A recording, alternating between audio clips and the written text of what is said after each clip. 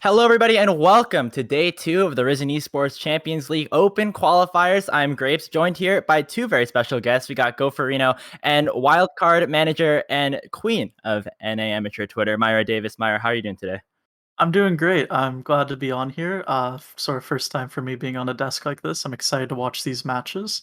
Hopefully, going to be a bit of a banger today. Yeah, don't worry. Your experience streaming will definitely help out with any sort of jitters you have. But Uh, this is the second and final day of the Risen Open qualifiers here, people. So we only have one series today, thankfully. We won't have to go to 6 games like we did for a few streams yesterday. And yeah, how are we feeling? Well, we've got two special teams here. It's win or go home for both Dare Black and Glaive Esports Prime. Both of these teams went 1-1 in the OQ yesterday. Going to try and nab that second best of 3 victory today.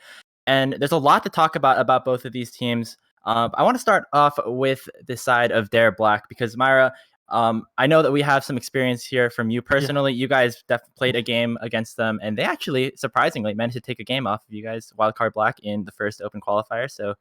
Yeah, any thoughts on that?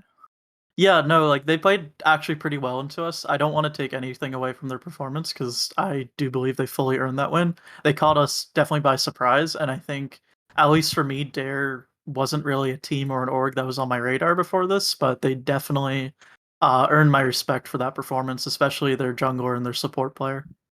It was definitely surprising since I think the general consensus was a lot of people are feeling that Wildcard Black would be one of the teams that kind of smashes through the OQs, but hey, props to Conviction for being able to take that game off of them. Yeah. And so, we got a lot of really great players here on this side of Dare Black. Myra, you mentioned specifically their jungler Joggers, who has a decent amount of experience here, but it really defines the playstyle of this squad. Yeah, he's definitely a pretty aggressive player, definitely very willing to sort of take the initiative going in for the team. He's definitely was really good in that game they won, and even the two they lost versus us. So he's someone like this series, I think, easily can just take a hold of this series and just run the game for Dare. Definitely a player to keep our eyes out on, and I'll be sure to keep my eyes on them as I'll be spectating. Yeah. Funny and setup.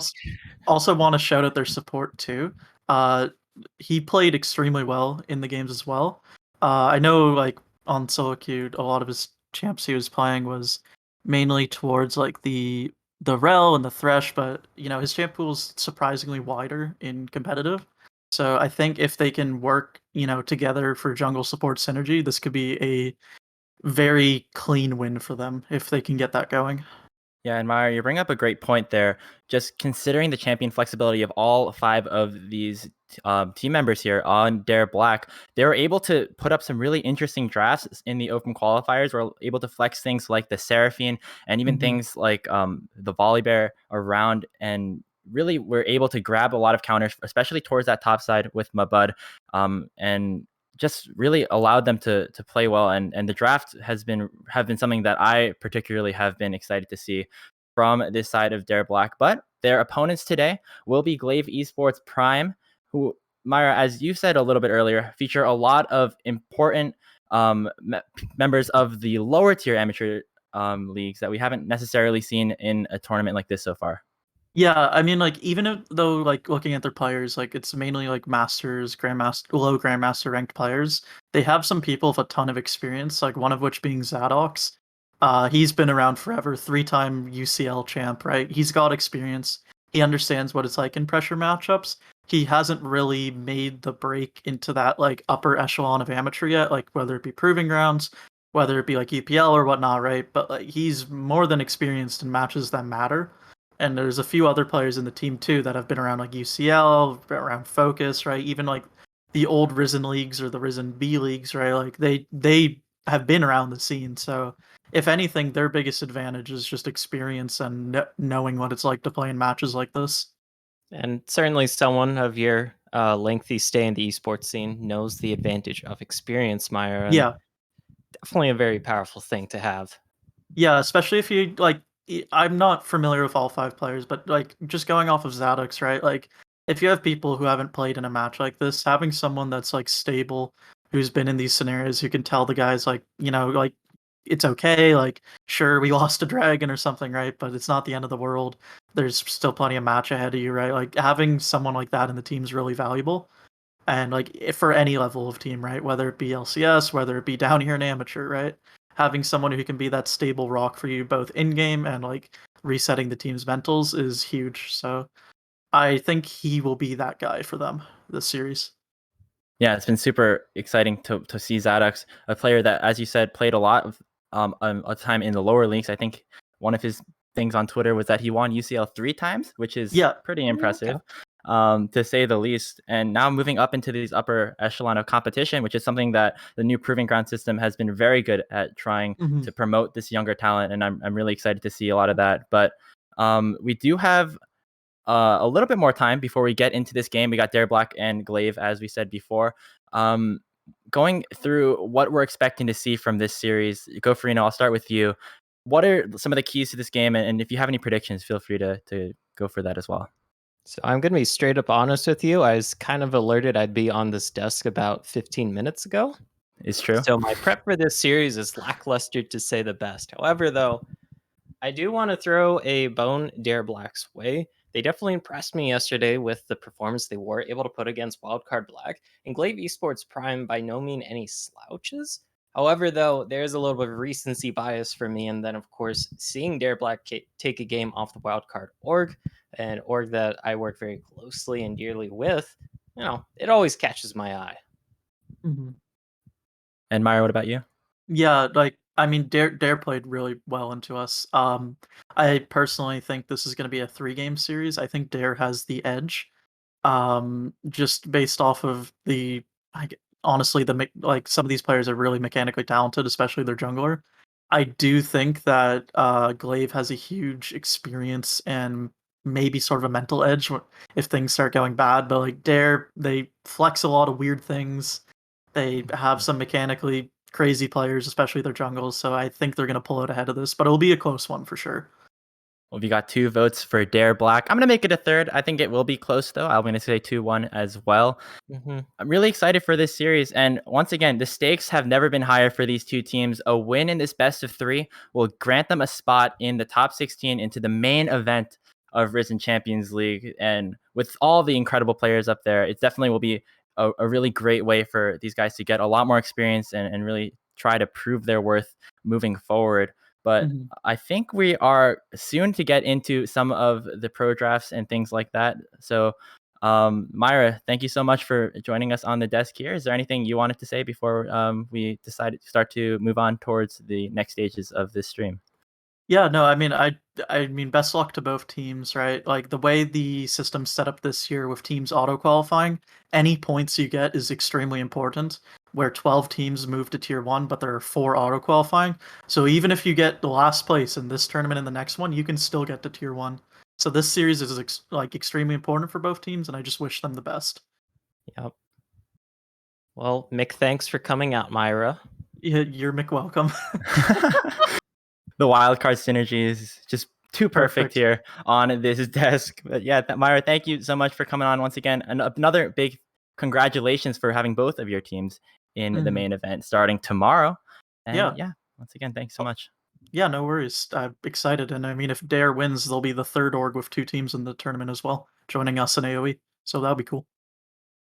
Well, we'll see if we can make that happen. Once again, thank you so much, Myra, for coming on. Yeah, no worries.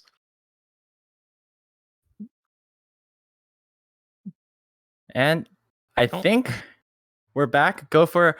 I'm so sorry, but I think you're going to be stuck with me just for a little bit longer as we get ready for game 1 of this game. We got Champ Select coming up between Dare Black and Glaive Esports Prime. And I'm not entirely sure what we're planning on doing for Champion Select, but we'll see what happens. Yep. As should be getting pro draft links here soon. We do have Rude Dude here in the lobby now who will be taking over for me once the Champion Select does take over. And I mean, like Myra kind of echoed, like we all kind of echoed here on the desk, it's definitely going to be an interesting series tonight. We saw a lot of cool series yesterday, a lot that took us by surprise. We're talking about the Wildcard Black series, of course, but there was also the mainstream series where we did see that 3-game streak coming out from Digmig versus Radiance, despite a lot of last minute swaps there from Radiance. Okay, we're just getting everything sorted out here.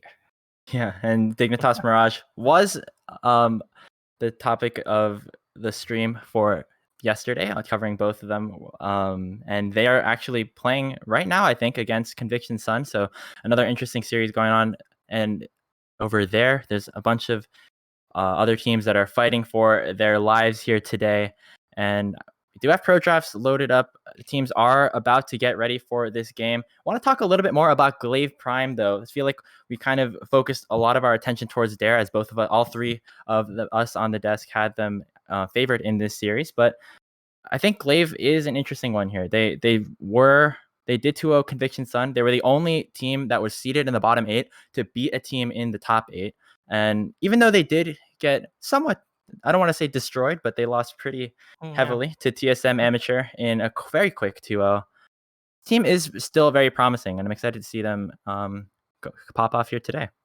For sure, yeah, because, I mean, we all kind of thought that even though we're kind of favoring Dare Black, a little bit of that might just be recency bias from yesterday, since it did take us a little bit by surprise. Of course, though, we weren't counting out Glaive Esports Prime here, and honestly, I don't think it's going to be a very giga one-sided matchup. We were already talking about it going to 3 games, potentially Grapes, but it's not really heavily favored for Dare Black. Like, I could see this series going either way, 50-50, no matter which way you decide to flip. Yeah, and shout out to the Dare organization once again.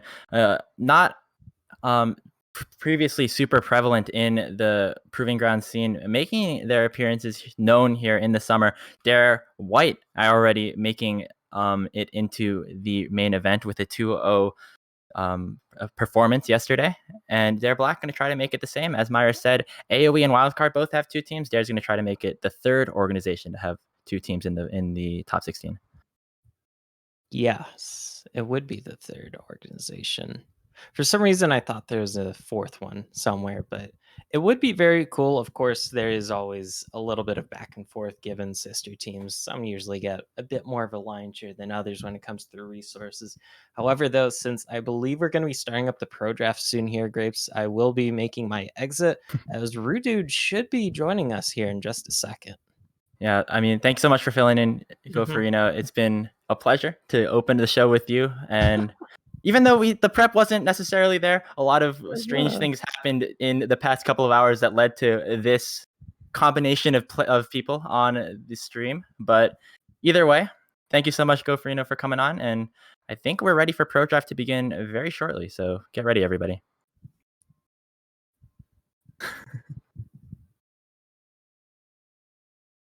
Oh, okay. Well, we got a few more seconds here. I made my big thing of and it looks like we're just gonna be stuck here for a little bit. Don't worry, everybody. How's the weather at your place, Grapes? Since we've kind of, we kind of signed off on that last thing. Yeah, so the weather here is pretty nice. I'm here in the Northeast, so things are finally turning nice and warm. Happy Father's Day to everybody out there. I had a very fun time in the outdoors with some of my family members, but yeah, things are going pretty well over here. How about you? That's cool. Any other lengthy monologue-y subjects that you would like to talk about to stall for time while our producer gets the next scene ready? Well, yeah.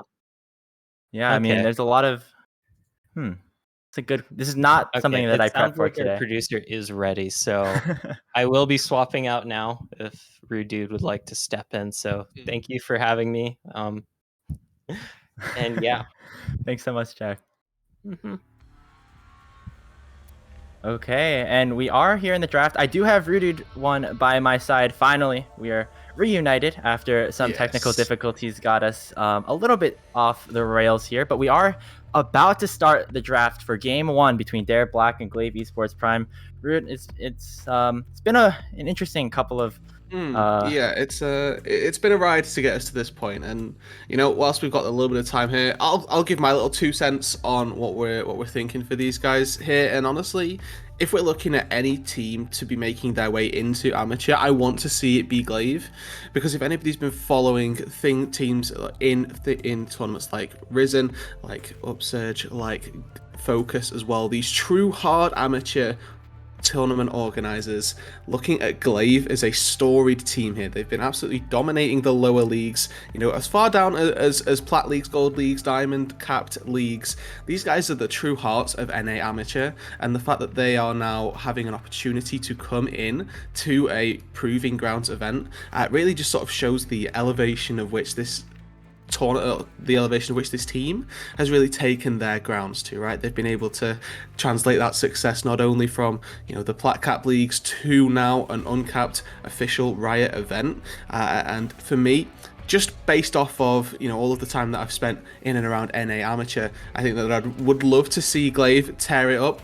They're a bit of a newer name to the scene, but they're definitely ones to be looking out for as well. They've got, as we know, a lot of storied players that are definitely going to be trying to make their worth felt. And obviously, both these guys, off the back of one loss yesterday, are trying to prove everything to make it into the final stage. Yeah, and speaking of which, Rude, we have a lot of players that I think you casted in Risen Divine League just a couple of weeks ago. Got some players like Mabud, formerly on Wichita Wolves, who did win that tournament.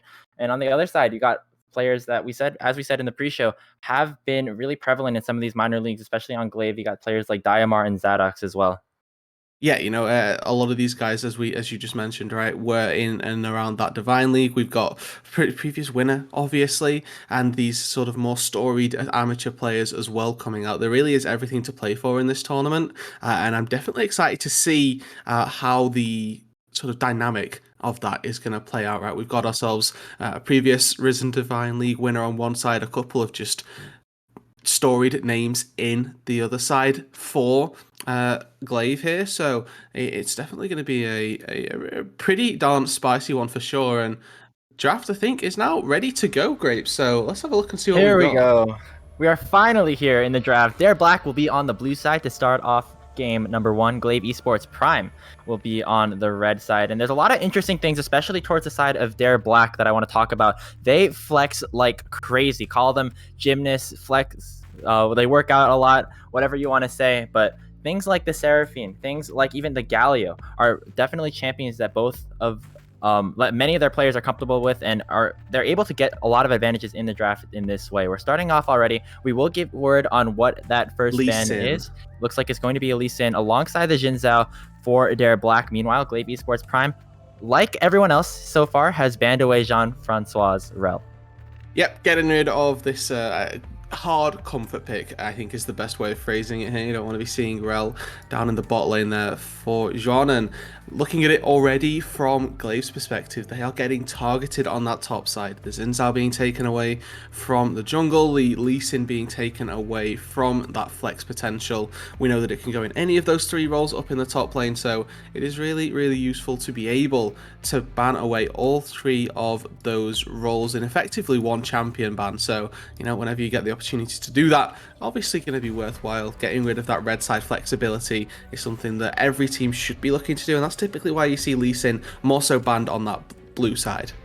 Yeah, Diana going to be taken off the table as well. Another champion that does have some flex potential, although would probably see it more in the jungle. But Karma being hovered, I want to bring a bit of attention there to these enchanters that Dare Black are trying to ban away, because these enchanters have been a very big part of the style that Glaive has been trying to play. Super Big Ego brought up the Karma and the Lulu in their series against TSM. Obviously didn't go super well, but they know, I feel like they know that this is definitely a strategy that Glaive like to go with, and so banning that Karma away definitely is not a surprise.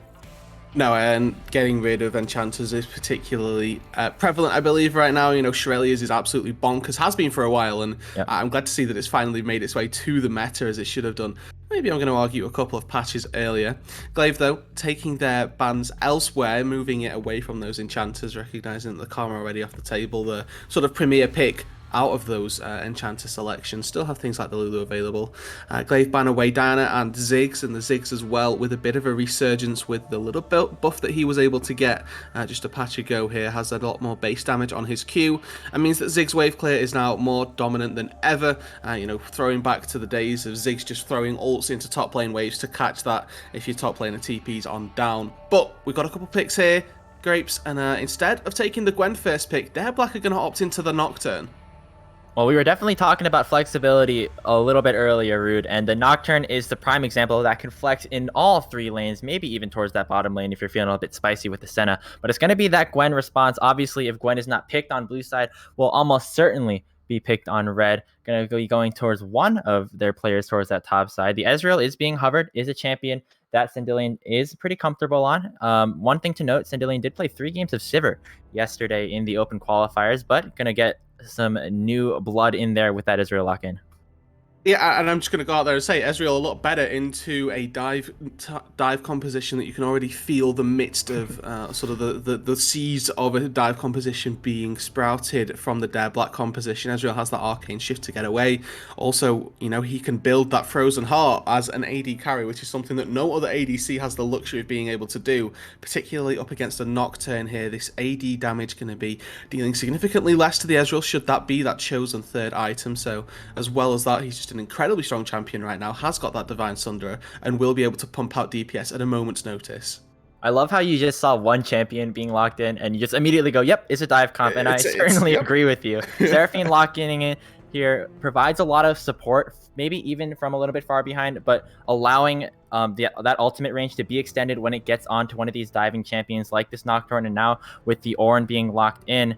Something interesting to note, though, that Seraphine you might expect to be going mid or support, but Perfective, the AD carry for Dare Black, played a couple of games on that. Seraphine is his most played champion in solo queue as well, so definitely the potential for a lot of flexibility with this pick. Yeah, when you have this Seraphine, we've been talking about flexibility, and it appears to be the sort of story of this meta. How many champions can you play in how many roles? Because at the minute, Dare Black have got themselves at least a couple of flex picks already. The Seraphine you just illustrated can go into multiple roles. The Nocturne as well can be played mid, jungle, or top, but the Ornn as well, to that extent, can be flexed around both solo lanes and, in very rare cases, can be flexed around to the support role as well, if you're looking to maybe find something a little bit spicy down in that bot lane. But with the Sylas coming through for Glaive here, Dare Black now have the undignified task of trying to swap this Ornn around and maybe try and dodge the Sylas matchup, because Sylas is a very storied counter into this Ornn. Stealing away the Call of the Forge God is just an incredible tool to not only give yourself engaged, but to start off and really get those fights going for either side here when they've both got access to that ulti, and the Sylas as well, dealing that magic damage, typically just a little bit better into the tanks in the early stages.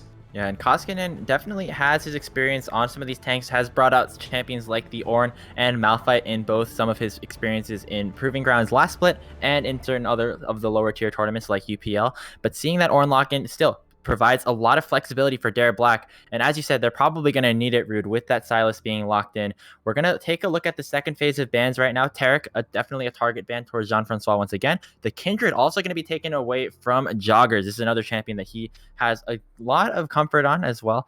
Volibear going to be taken away by Dare Black. Don't want to get that into the hands of the likes of Zadox. And you can see as well that Glaive aren't convinced this is a Nocturne jungle either. The very real possibility that this one goes into the solo lane, and keeping that Kindred ban on the table is definitely something that they're going to be sort of attributing to this flexibility that Dare Black have drafted for themselves. So it's paying its dividends already moving into the second round of picks here. Glaive going to have their pick of the litter in terms of where they want to take their draft right now. They've so far got themselves a bit of both, right? They've got Ezreal to deal the backline damage. They've got Gwen and Sylas to really try and get down and dirty in the enemy's backline. And with their support pick here, they are going to really block in on that dive threat. They've got themselves the Nautilus as well now to find any access to the backline targets. That hook hits onto the Seraphine, and her effectiveness really does tank, really does go down incredibly soon, because she's probably just going to get blown on up. You can say that again. Nautilus going to be locked in, as you said, for Ratchet. champ player that likes playing a lot of these engaged supports, so no surprise to see this here. This is the crucial moment here for Dare Black, going to finalize their team comp, lock in their 5 champions, and the first one in this rotation at least will be that Thresh. John Francois does have a very mean Thresh. They has need gotten damage. banned a couple of times. That's a good point. AD carry is potentially one of the roles that they could be targeting here, but as you said, damage definitely not the most important thing Abundant of right this now. 4 Yeah. champions so far. They've got themselves a whole lot of support. Like, don't get me wrong, they've got themselves the tools to make this hyper carry insanely strong. And instead they go for a Hecarim pick that has been locked on in. So I'm feeling just a little bit hard done by Dare Black. You know, they've got themselves all of these tools to facilitate a really strong hyper carry if they were so choosing to do so here. You know, imagine they lock in Aphelios here with the Thresh Aphelios bot lane. They're able to use the Seraphine for a bit of support. They've got a massive front line with the Ornn, the Nocturne causing chaos. Instead they opt into the Hecarim, so this is going to be a true dive style composition, and they are going to be relying very heavily on these bruisers on the top side to really make something happen and really get that one going. But it's going to be incredibly difficult here just because they don't have the late game assured damage that Glaive do. I think that Dare Black are going to be pigeonholed here into a very difficult to execute composition where if they don't find themselves with a lead very early on, Glaive are going to be able to sit back and simply have more damage because they've now locked in this Trundle in R5. This gives them even more tankiness here. It reduces the Ornn's threat as well because that Subjugate is going to be mowing through his resists, and Glaive have got themselves a really decent answer here to the majority of what Dare Black have got to throw at them.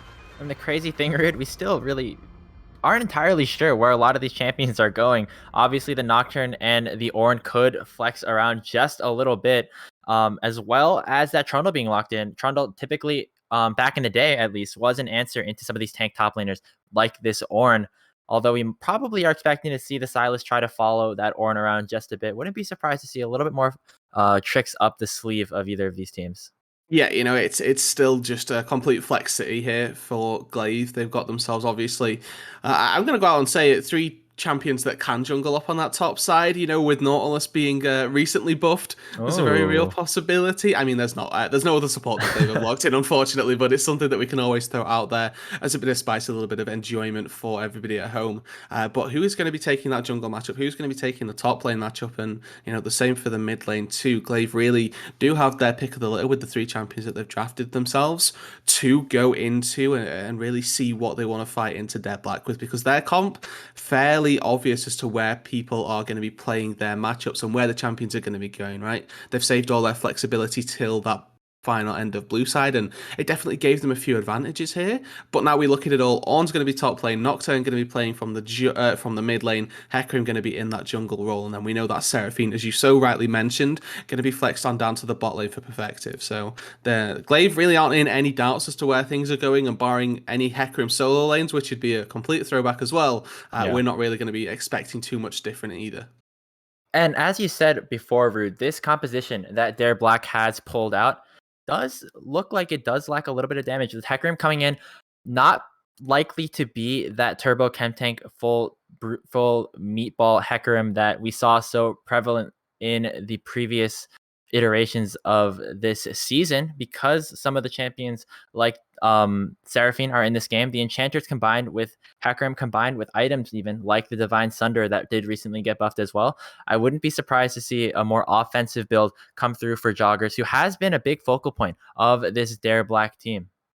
Yeah, and hopefully, you know, that Divine Sunder pickup will be very impactful. And the second that one comes on through, we need to see Dare Black really force that advantage, get themselves that one item, and then start trying to take these fights. It'll come at about the time when all their ultimates will be back online, when they'll be able to carry through and try and make some plays around maybe a second dragon as well, maybe trying to get a Rift Herald, something like that. That sort of top side, bot side, objective focused fight that Dare Black will be looking towards is definitely what we need to see them go into, because they have themselves here a whole load of CC. Let's not forget that they're going to have a really nice combo Ornhorn into Encore as well. You know, the Ornn lines them all up. The Seraphine is going to be using that Encore to collect everybody, swoop them on in towards towards the very melee-focused Dare Black composition here, which is exactly what a Hecarim wants. We do need to be careful that we don't see any anti-synergies with the fear from the Hecarim and that Encore and that called the Forge God as well.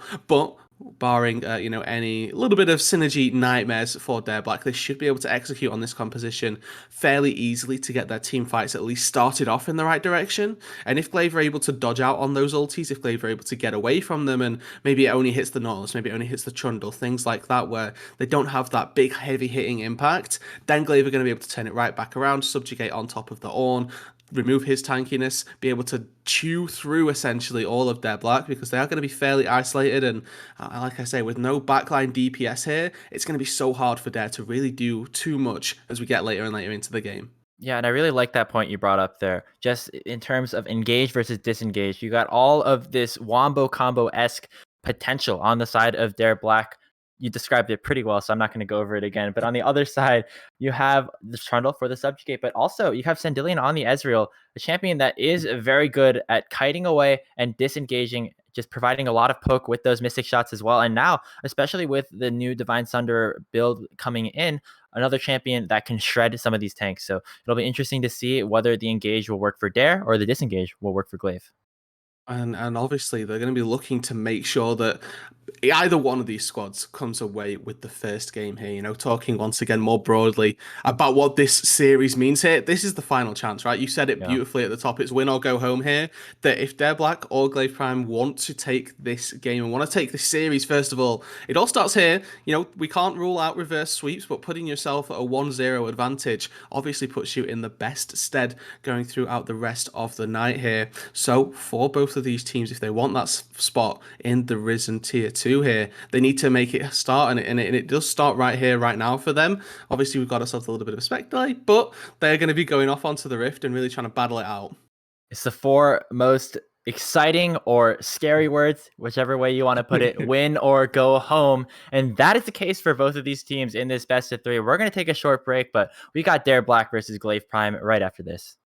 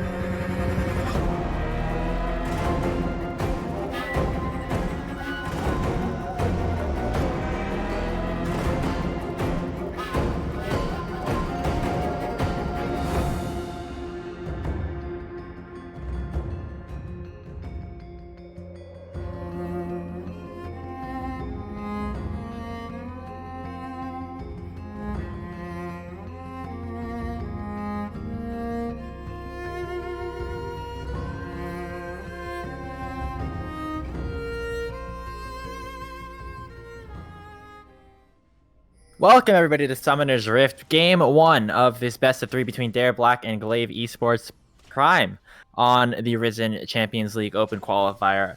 Drew, this is a very important game, as we mentioned so many times before, and I'm really excited to see how it plays out. Yeah, and honestly, looking at it, we finally get to see how Glaive have assigned their lanes, so to speak, here. So the Silas going to be going up against the Nocturne in the mid lane, the Trundle in the jungle up against Hecarim, and Gwen going to be taking that TP Ignite up into the top lane up against the Ornn here. And honestly, I'm not too much of a fan of these lane assignments, but honestly, these guys are going to be more than happy with how they're playing this one out. I think that my main concern here is that Silas, when he's trying to steal away the Paranoia, presuming that Koskinen has got that spell shield, you can actually block that. So as soon as you see the hijack come through, you are able to actually pop up that little spell shield. It actually stops it from happening. Also gives the Nocturne a nice little boost of attack speed. But trying to steal away the Paranoia is something that with the correct reflexes here can be prevented and can be stopped. So keep your eye out for that one. Have to wait and see if Super Big Ego is able to, find the window, maybe when they've had a little bit of a trade and the spell shield goes down, to steal that one away. But outside of that, the Gwen in the top side still going to be having a beautiful time up against the Ornn, and then the jungle matchup as well. We know that I believe after having a little word with the coach for Zadox, that they'd love to try and find some early skirmishes around the Trundle, around Zadox and Diomar on the top side of the map. Expect to see those two working in tandem to try and get themselves some plays in the early game, try and find themselves some early leads, and get themselves through this early game looking very strong.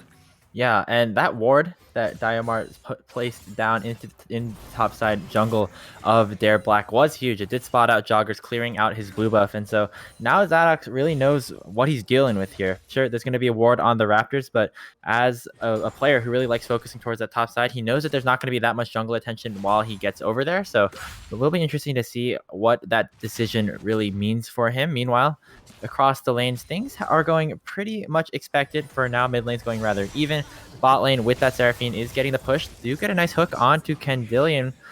Is Dare Black, but it looks like the engage might begin to actually continue. That's the dredge line onto John Francois. He's gonna have to be careful that some of the arcane shifts are going out. Flash is still available, and that's first blood for Glaive Prime. Sendillion will pick that up, and now Perspective is not in a good spot at all. He's gonna try and get a kill back, but it looks like the Q barely missed the damage, but the teleports are coming in here. Koskinen is going to try and get that auto onto Sendillion. And meanwhile, in the top side, 2 kills will go over for Dare Black as well. Super Big Ego is now running for the hills as Joggers will chase him down.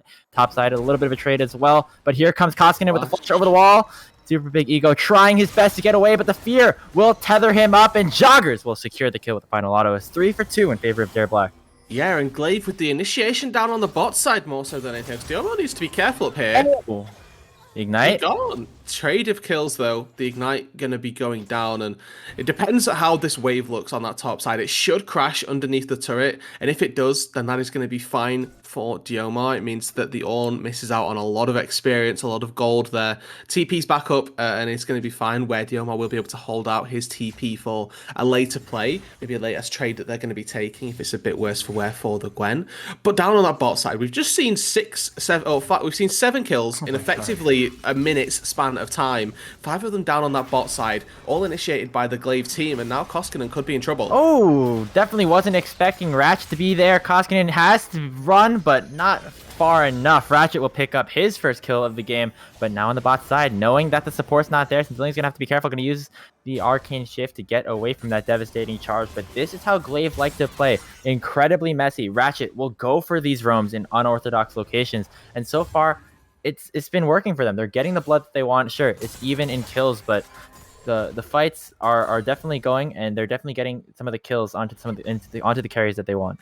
Now, look at the bot lane here that Glaive have drafted for themselves. If there is one thing that it facilitates, it is roaming here. Ezreal, very happy to be in a solo in a lane by himself, can farm with those Mystic shots very easily. Nautilus, very adept at roaming, has got CC coming out of nearly every single ability that he has to offer, and he's going to be more than happy to try and find that roam angle. And literally the first chance Ratchet gets, he makes his way into the mid lane, finds the play down there, and able to take down Koskinen and going to be giving a big advantage back over to Super Big Ego, who really didn't get the best end of the trade in the bot lane skirmish here, really was left a little bit out in the lurch. Flash over the wall from Koskinen previously was able to collect a kill, put the Sylas very far behind in the mid lane, and you can still see that he's down in XP, a little bit down in gold as well, but by and large, that roam going to have at the very least stabilized the lane. Zadox looks like he wants to start off this Cloud Dragon, as it looks like Sindelian and the rest of Glaive will try to get the push towards the bot side. It is warded though. Joggers will potentially try to go for something here. Zadox will steal it, and look at the health. Passive on Trundle will mean he gets right back to full, but it looks like they still want to contest this. That's the death sentence going on to Ratchet. The blast coming straight up. Not sure how that really worked out, but either way, it's the Dragon going over to Glaive and no kills on either side. Yeah, so early objective goes the way of Glaive, and Zadox there with some nice priority around the jungle, able to get that one going for himself. Nice to fear in the mid lane, going to amount to a nice little trade there for really both of these mid laners, to be honest, trading about equally, but in those exchanges, Nocturne's passive is going to give him that vamp, that Omni vamp, more so than the Sylas is. You know, the Sylas going to have to get down and dirty for that Kingslayer, but now in the bot lane, Arcane Shift already used, and it looks like Joggers is not able to land that E onto the Ezreal. Nice usage of the escape abilities on the bottom lane of Glaive Prime to stay out of trouble.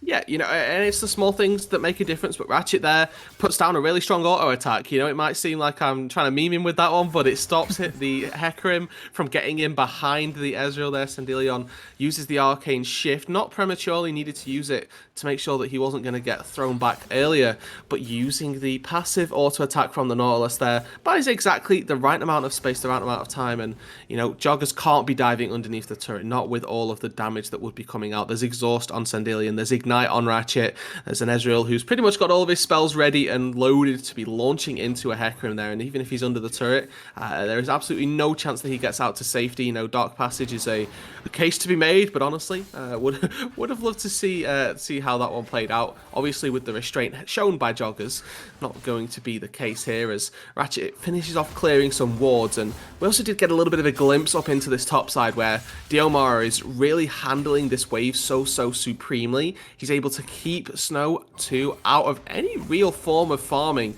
trying to step up to this wave, costing him a lot of his health every second that he tries to do so, and the second that we see this Trundle focus even just a little bit on that top side, there's a very real possibility he goes down, but, you know, you can see Zadox is in the bot lane. We did see a nice roam down from Koskinen there to sort of dissuade the play. He was there threatening the paranoia, 3v3 down on that bot side, did sort of subside, didn't happen to come through. And now, obviously, ulti's top. Yeah, Needlework already being popped. The second one will go through. Diamar secures the solo kill. Wasn't even close with the Ignite, as the top laner for Glaive picks up yet another for his team. And now, if we look at the build path here for Snow, right, yes, you've taken the Bramble Vest, and I am 100% with you that getting anti-healing versus Gwen is something that you need to do, but effectively here, he's got himself 450 gold worth of combat stats that are actually going to be, you know, super useful versus the Gwen. Yes, she has good auto-attack damage, but most of it comes from the Q. Jean-Francois, though, missing the Flay. Hook doesn't quite connect either, but, you know, looking back at that, you know, the health going to be doing him some nice work in essence, but effectively that Bramble Vest giving him a load of armor that doesn't really work out too greatly versus the Gwen. You know, she's relying a lot more on that snip setup, a lot more on that needlework to be dishing out the damage to you, and especially with an Ignite as well, cutting through all of that health, cutting through the very minimal resists that Snow has on that top side really isn't difficult, and we see her go back. Diomar picks on up a Riftmaker component in either, or in both of the Leeching Layer and the Blasting Wand here, so propelling her way forward through the build path. If we're talking about items toward the Mythic here, we've got Diomar, who spent effectively 1900 gold on his, versus Snow, who's got roughly 750, and that really does speak to how quickly these guys are going to hit their Mythics, how quickly they're going to have an impact on this game, and quite the state this Gwen is in. Well, and even though Diamar is doing very well up there in the top side, The gold is very even, and a large reason for that is down in the bottom lane. Perfective and Jean-Francois have been doing a very good job at managing the waves and preventing Sandillion from really picking up that much farm. But it looks like the contest is going to be here. Paranoia is popped, and the teleport is going to come in. It can surely going to be that Nocturne, and there's fights on multiple fronts as Dare will try to take out each member of the Glaive bot lane nearly simultaneously. Sandillion will go down, Ratchet to follow 2 straight kills on a beautiful play from Dare Black. Yeah, the Paranoia is able to come through, is able to find the kill solo pretty much onto Sandillion there. And you saw down on the bot side, they were a little bit worse for wear. I didn't really know who they were trying to give that kill over to. Snow. Ooh, gonna live out on that top side. The kill ended up going the way of Perfective, and you can see that he is opting into a more damage-oriented route. You can see the Lost Chapter in the inventory, and recognition from Dare to say, hey, you know what, we are a little bit down on that damage portion. Let's make sure that we're getting it out of every nook and cranny that we can, using that Lost Chapter maybe. And now with a fight in the jungle coming through, Joggers doesn't have the access. Death Sentence goes wide, and this should subside. Doesn't look like Glaive really want to give anything up here, by the way. Either way, in the top side, pushing Snow out of lane means that Diomar is allowed to get the push here. Combined with that Rift Herald, 11 minutes in, it's going to be first tower going over to Glaive Prime, and that is a huge lead going over to this Gwen, who's going to just get stronger and stronger as the game progresses. There we go, finally we get to see this powerhouse duo on the top side, Diomar and Zadok, come together, try and make something happen. Yes, it's just a Herald in exchange for what is effectively a Dragon down on the bot side there, but look at the rest of the map here. You know, what else did Glaive get out of this? They were able to secure themselves the wolves, which it might seem like a small thing, but typically when you see the enemy's jungler on the top side, you go in and you take his camps away. Glaive denied that by using Sandillion and Ratchet to sacrifice themselves a little bit of golden experience under the turret to deny this Hecarim from getting even further ahead of the Trundle jungle right now. You can already see there's a 3-camp lead right there and a little bit of an experience differential in favor of Joggers on this Hecarim. And Perfective here, a little bit overextended. Yeah, gonna get hit by the dredge line. True Shot Barrage will get flashed away from, but the turnaround could be here. Here comes Joggers. Encore still on cooldown, but Snow's coming in from the backside as well. The Call of the Forge God will whiff, but Diomar is here. It's a full-out brawl in the bottom lane, and it looks like the side of Zadox will go down first. But here comes Diomar in the middle of every single member of Dare Black. The Needlework is doing so much damage. Super Big Eagle gonna jump in with a chance. Gonna pop the Paranoia to try and peel away. And another kill will go over here. This looks like it's just going to be 1-for-1 so far after all of that. Yeah, and that was a 4 versus 5 down on the bot side as well for Glaive. They were the ones with the numbers disadvantage. Zadok's here showing up really to just sort of patrol the area, make sure that there's no extra fighting going down. And you can see that the health bars of Dare Black are enticingly low here. You can see that they're kind of sticking around here, and honestly, to maybe try and pick up a hook underneath the turret, but that is an incredibly dangerous threat here if you're looking to try and take that one. They do back away, they do respect their bounds and respect the limits here of what they can get away with. Worth noting, though, that the kill does go over to Perfective. That's shut down on the Gwen, back in the hands of this Seraphine carry in the bot lane here. Perfective getting funneled those kills and able to quite rightly flash away from the dredge line to really engage all of that. You know, a little bit overextended in the start of it, but TPs came down. Snow and Diomar from the top lane decide that they're going to leave their island, come on through, have a little bit of a party here, and make their presence felt down on that bot side. And you got to see a little bit of a glimpse there, a little bit of a showing of what this Gwen can do. We saw Needlework piercing absolutely everybody on the Dare Black side. We saw her go invulnerable in front of about 5 people, and really coming through. Let's see how much this sort of translates into the later stages of the game here, where this Gwen is going to be so powerful, with Riftmaker now completed in the top lane. And I want to point out this CS lead as well. You know, effectively 30-40 CS up over the Ornn, lane in a really good spot as well. Actually just gets equalized with the snip, but you know, either way, this Gwen is so far ahead of the Ornn right here, being able to freeze him out of lanes, being able to then take the turret basically off the back of that. Definitely in a position to start being a carry force, and that's something that is pretty dominant across the majority of Glaive here, with Silas and Ezreal, Trundle as well, building the Divine Sunderer. We were talking about a slight lack of damage coming out of Dare Black side. That's something that Glaive do not have an issue with. Yeah, and his turret plates just fall. It is a slight lead for Glaive in this game. Even the kills are towards Dare Black, but this is exactly what we wanted, Rude.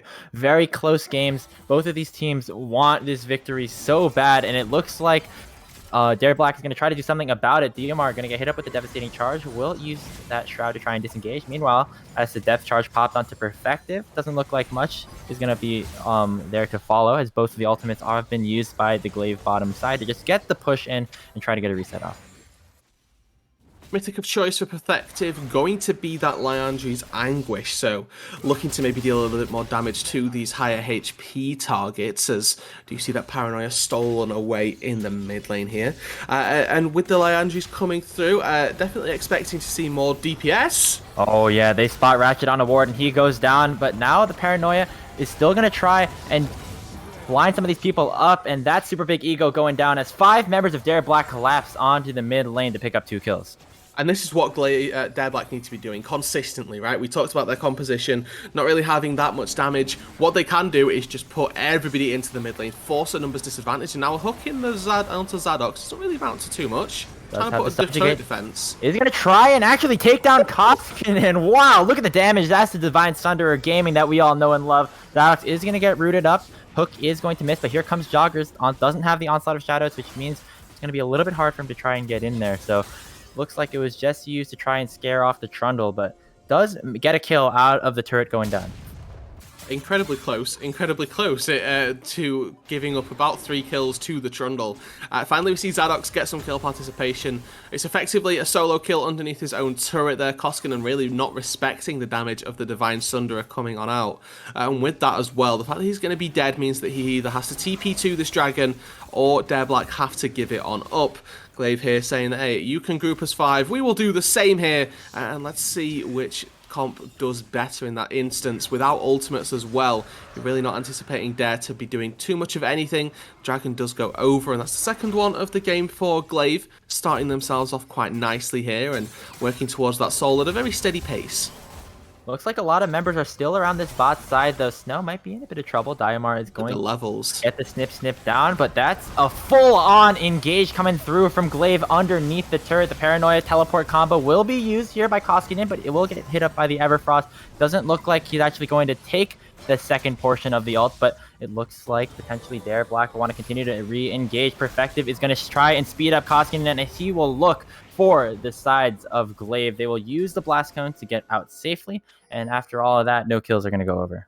Yeah, you know, and 5 versus 5, we're maybe anticipating Glaive have the advantage. 5 versus 5 plus stat checking a turret. You know what? We'll give Dare Black the advantage in that one. We're still early enough in the game where there's not all that many defensive stats across the side of Glaive here, and particularly on the Nautilus here. Very worth noting that there's a support income, really. He's got himself, again, effectively a little bit of health from Kindle Gem and then a cloth armor to try and deal with that turret. So he's going to be incredibly squishy underneath the turret, relying heavily on Aftershock and his flash there to get out to safety. And now with the overextension down on the bot side here, Dare Black taking the advantage right on back, looking to try and take this second Herald of the game. And this game here, Graves, dead even as we broach that 18-minute marker, but it looks like Glaive don't want to give this one up lightly. Teleporters available on both of the top laners. Could erupt into a 5v5. Looks like Zadok's going to take the Rift Herald. A nice encore going to land onto 3, but it looks like a 1-for-1 so far. Ratchet is going to get taken down by Koskinen, and now it looks like Dare is on the run. No teleport use from the Orin means it's an advantageous fight for Glaive. Dayamar is going to continue to chase down. Does have the dashes at the ready. Going to hit the Ignite onto Perfective. Needlework going to come through. Snip, snip, snip. One more Mystic Shot will do it. And Sendillion will dash forward to pick up the kill onto the Nocturne. It's a win for Glaive as they pick up the Rift Herald and a couple of kills. Yeah, and you know, you touched on it so perfectly that Snow not TPing really just hands the fight over to Glaive here.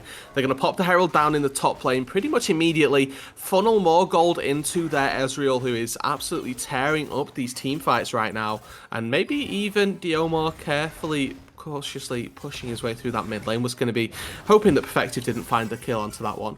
But the fight really looking now to go through, and actually the mid lane going to be brawling? Nope, never mind. Enough damage from that little Healy bop coming through from Perfective is going to be dissuading the play, and Perfective lives to fight another day.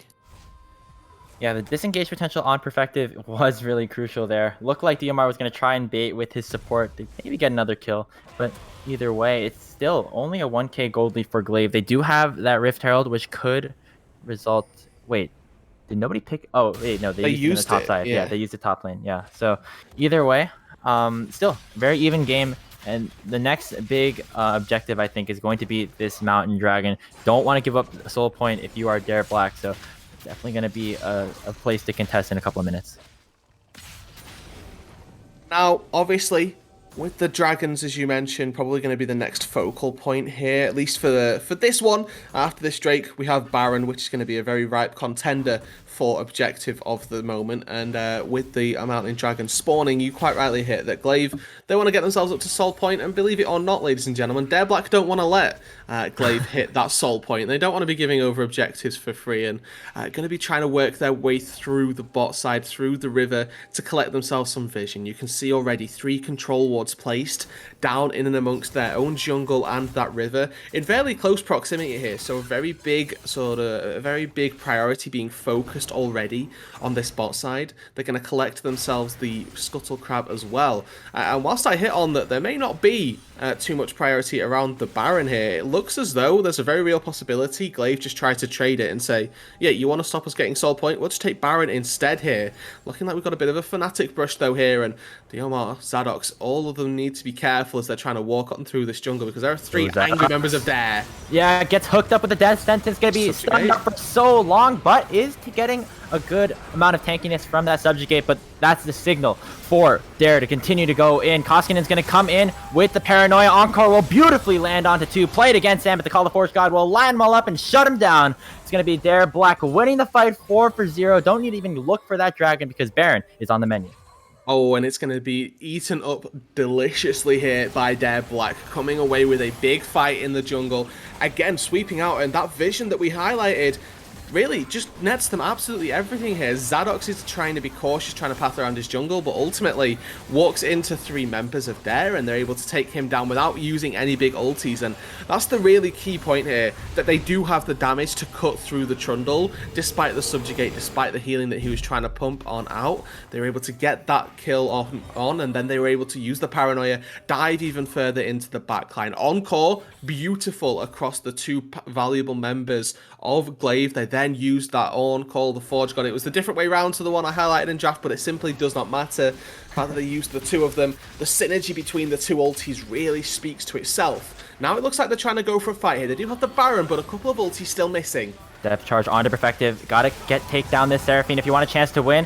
Looks like the Encore will get flashed away from, but now it's a fight on multiple fronts. Joggers is going to get taken down, and now Koskin is in a dirty situation, going to get taken down by that super big ego. And then Needlework is here for Diamars. Looks like Snow could be that next target, going to flash away from the chains. And that is the punish that Glaive needed right there. Getting to Soul Point is crucial, especially now that the Baron is on 3 members of Dare. And ultimately, Dare going for a dragon that they actually have no right to go for. Yes, they've just won a fight, and yes, they've just got the Baron, but it was too quick that they didn't have their ultis back up off cooldown. You can see Encore still cycling off from that previous fight. Paranoia and Onslaught of Shadows were not available. Can't speak to the Call of the Forge God, but either way, you know, trying to take a team fight without so many of those big ticket ultis is definitely going to be very difficult for you, and you do see exactly why. Stolen Away Encore comes through for Super Big Ego. Doesn't have the necessary impact that we were anticipating it would, but still has a lot of capability, and the basic abilities from Glaive are going to be just simply doing more, right? We've talked about it time and time again. Ultimate reliant composition for Dare Black, where Glaive, they can get a lot more down and dirty with their basic abilities much easier. The Silas essentially relying on the enemy team's ultis, right? And the Sendilion as well. He's going to be using a lot of poke with those Mystic Shots to enable fights to start them happening.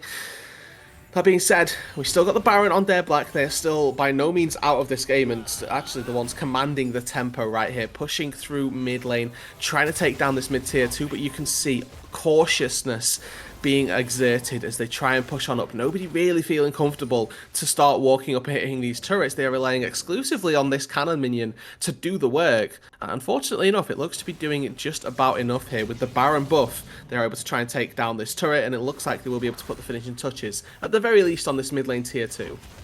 This is where Glaive need to show that they have grown as a team. Yesterday in the open qualifier, they struggled a lot towards the mid and late game in some of these macro decisions that they made. Even though they are able to get some advantages for themselves in the early game, we're seeing some of that start to fall apart here with Dare taking that fight win. The Baron buff is about to wear off, I believe, but it will get them enough to take down that turret in the middle lane. But with the Dragon Soul coming up in 3 minutes, going to be a very, very big focal point for this game.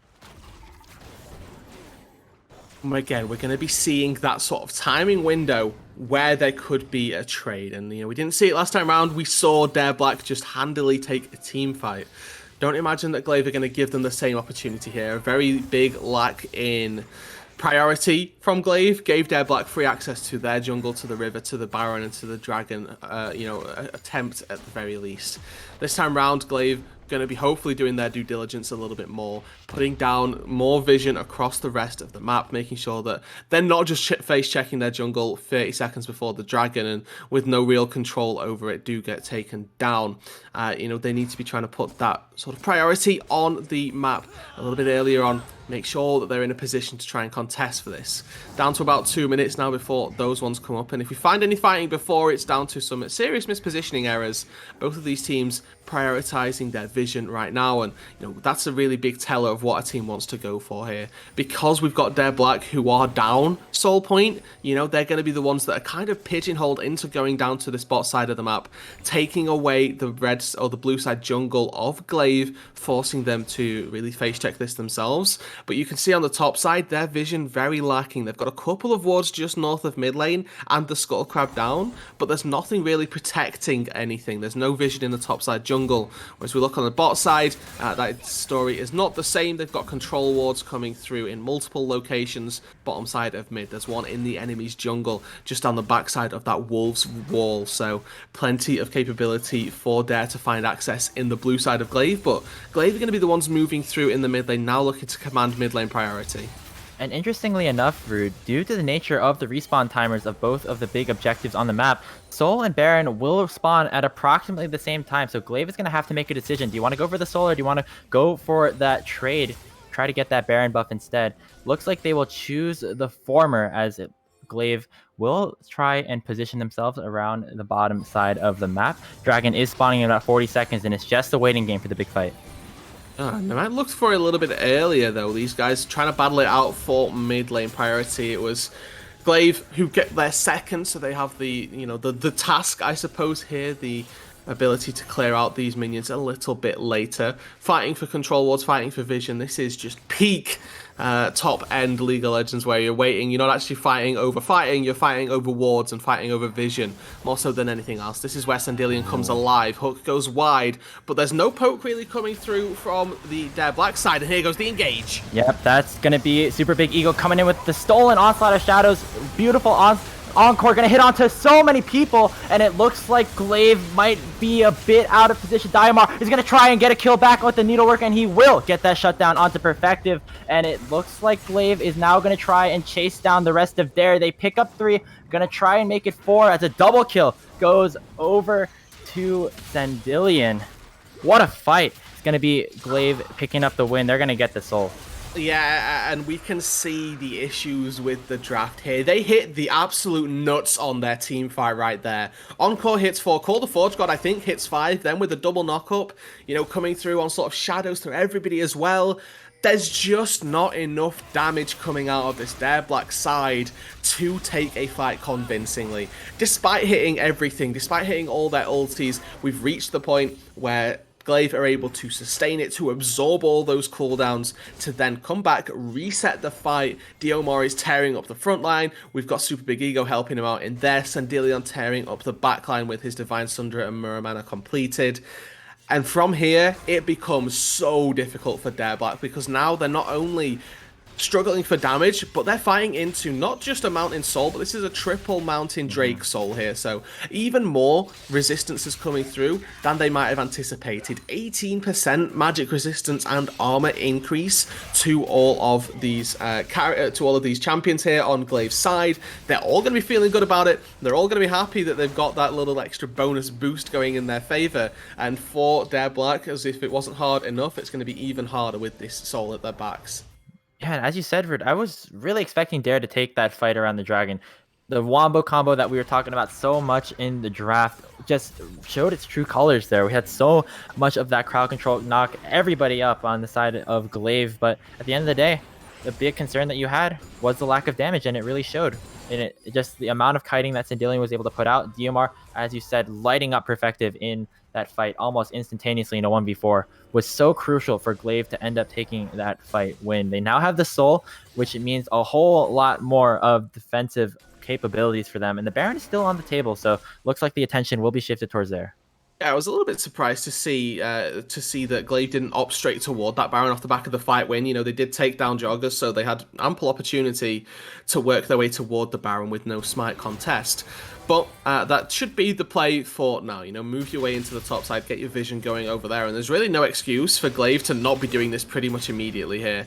They need to be sort of working their way down and doing the checklist of League of Legends when you're doing Baron prep, right? Set up your vision, make sure that you've got yourself a nice enough split pusher to keep confident and keep safe down on that bot side. And honestly, the mid lane matchup being translated down into the bot side is very easy for Koskinen to just push a wave and then back off. He's even got a level lead over the Silas as well to push that advantage. Now finally, Glaive moved their way into the river, going to be taking down some vision. There's no crab to be fighting for, nor contest vision over, but the second they move their way in, the second they have priority and have position, they're going to start working their way on this Baron, already down to about half HP, and they need to start trying to find some fights. Yeah, Baron ticking dangerously low. Call the Forge God will knock up just a couple of people, but the Onslaught of Shadows is beautiful from Super Big Ego. Going to try and root up the side of Perfective, but the jungler for the side of Dare is already down. Will it even matter though? Super Big Ego will pick up a kill onto Koskinen. It's a 5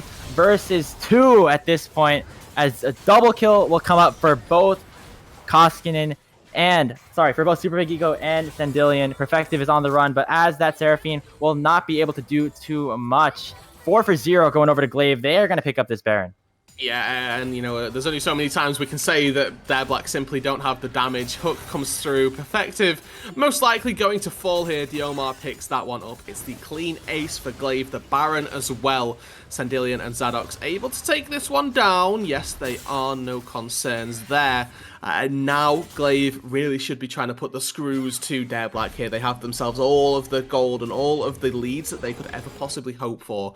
Baron at their back, Mountain Soul at their back here, and the Baron is going to elapse at about the time the Elder Drake spawns. So if they're able to push in these waves, start taking down some turrets, and then fall back to that Elder, they could get a lot of bang for their buck right here. Looking across at the turrets that are still available to them, they've only taken 3 down. There's plenty of economy turrets still lurking around outside of the Dare Black base. If they go down to the bot lane where they've just taken one with sheer minion force, they've now got 2 tier 2s outside of the base still to get mid lane and bot lane. Expect them to focus their attention there, and if they're able to find any smattering of a fight, they'll will be able to break open the base, and at 33 minutes here, Grapes, they could very well end the game off the back of one fight.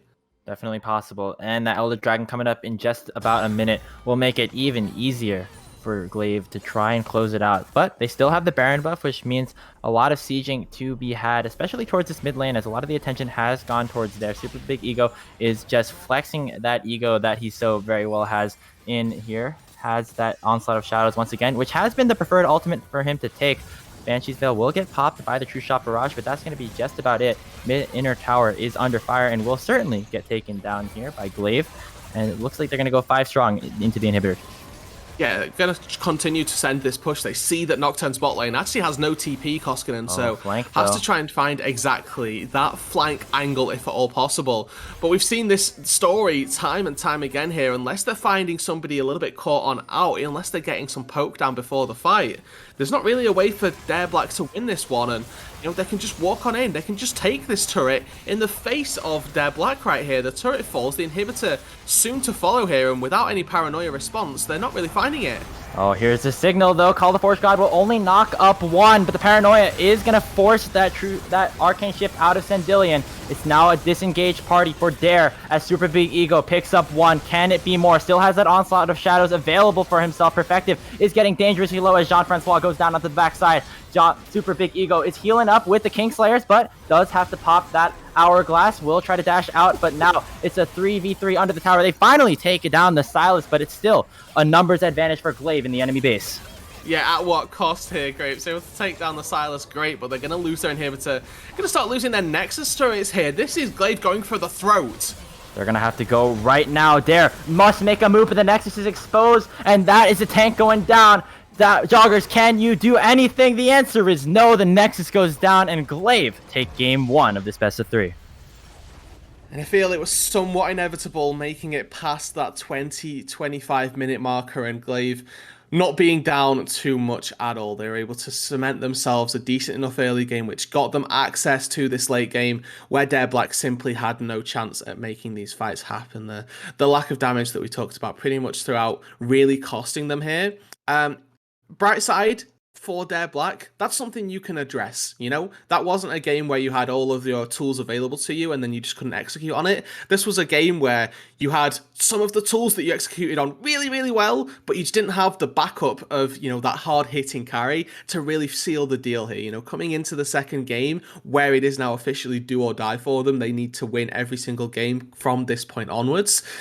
Draft themselves some damage, get themselves a little bit more power to their punches in the drafting phase, and they should be able to have a better effort in the second game.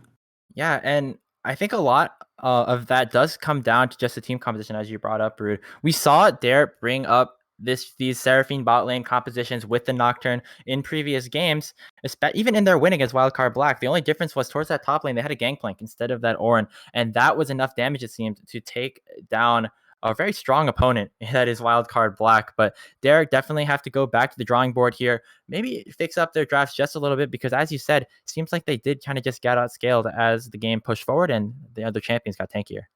Yeah, and of course, going into the late game, up against an Ezreal, up against a Gwen, and especially with a Trundle subjugating your main big tank, which is that key difference from that composition that you talked about that took down Wildcard Black, that they had the perfect answer here. So they were able to put that Trundle into the jungle and use that subjugate really to just beautiful effect. Snow never really had too much agency in this game, was getting taken down left, right, and center. And if we look at the gold difference between him and Diomar, 6,000 is the difference between these top laners. And that's probably half of the gold lead for the game entirely.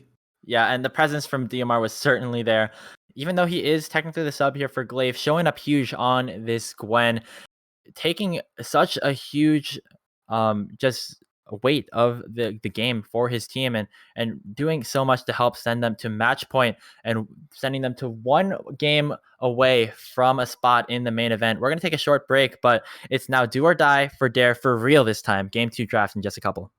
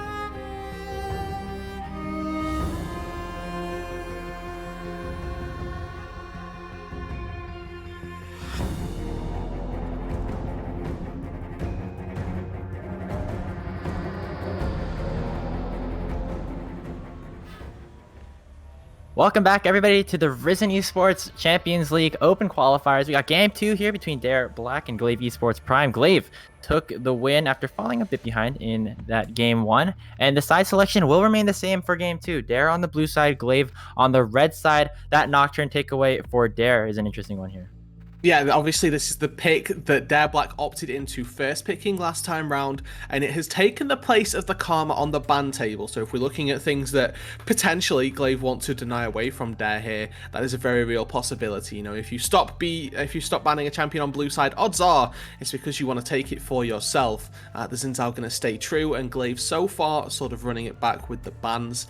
Dare, they've got themselves some very simple, very key pointers to go back on from games 1 to 2, right? They have themselves just build a little bit more damage and get yourself a champion that can really dish out the DPS in the late stages. Also, we have to point out they were playing that first lane with Snow in the top lane, a substitute who wasn't actually a top laner, so Mabud now coming back into the lineup. This should be a different Dare Black squad that we're seeing in game number 2. And that makes a lot of sense here, just considering what happened there. Sticking Snow on to the Ornn was probably not the first choice that Dare would want to have in that team composition. Mabud is much more comfortable on some of these damage champions, whether it be the Gangplank, whether it be the Set, even something like that Gwen, which is being taken away here by Glaive. But regardless, a bit of a change in the player base might mean a bit of a change in the team composition here for Dare Black. Ziggs is going to be the final ban here for Glaive. And it looks like, just as you said, Rude, that Karma that Dare didn't ban away might be locked in here first. Yeah, so we've also got two other champions that we didn't see get banned away this time. Camille hitting the ban table very early on in this draft is actually very surprising, but we still have Lee Sin open and available, and we also have the Diana, which we didn't see get banned away this game round. So plenty of picks for Dare to be going for. The Karma is going to be their elected champion of choice here. Back to the days of B1 in Karma. I love to see it, but as we mentioned, the Lee Sin not on the ban table is going to be immediately snatched on up. The Ezreal down in the bot lane as well. Did see a beautiful performance from Sandilian in the first game, and I see no reason for him to not try and continue that one here in the second. Yep. That Lee Sin and Ezreal lock in for Glaive forms of powerful 1-2 punch that are two of the strongest champions in the game in this current patch. Jinx being hovered here for Dare Black. Perfective's second most played champion outside of the Seraphine. And Rude, I know you like this pickup a lot, just given the nature of how Dare's composition tried to sort of fizzled out towards the late game.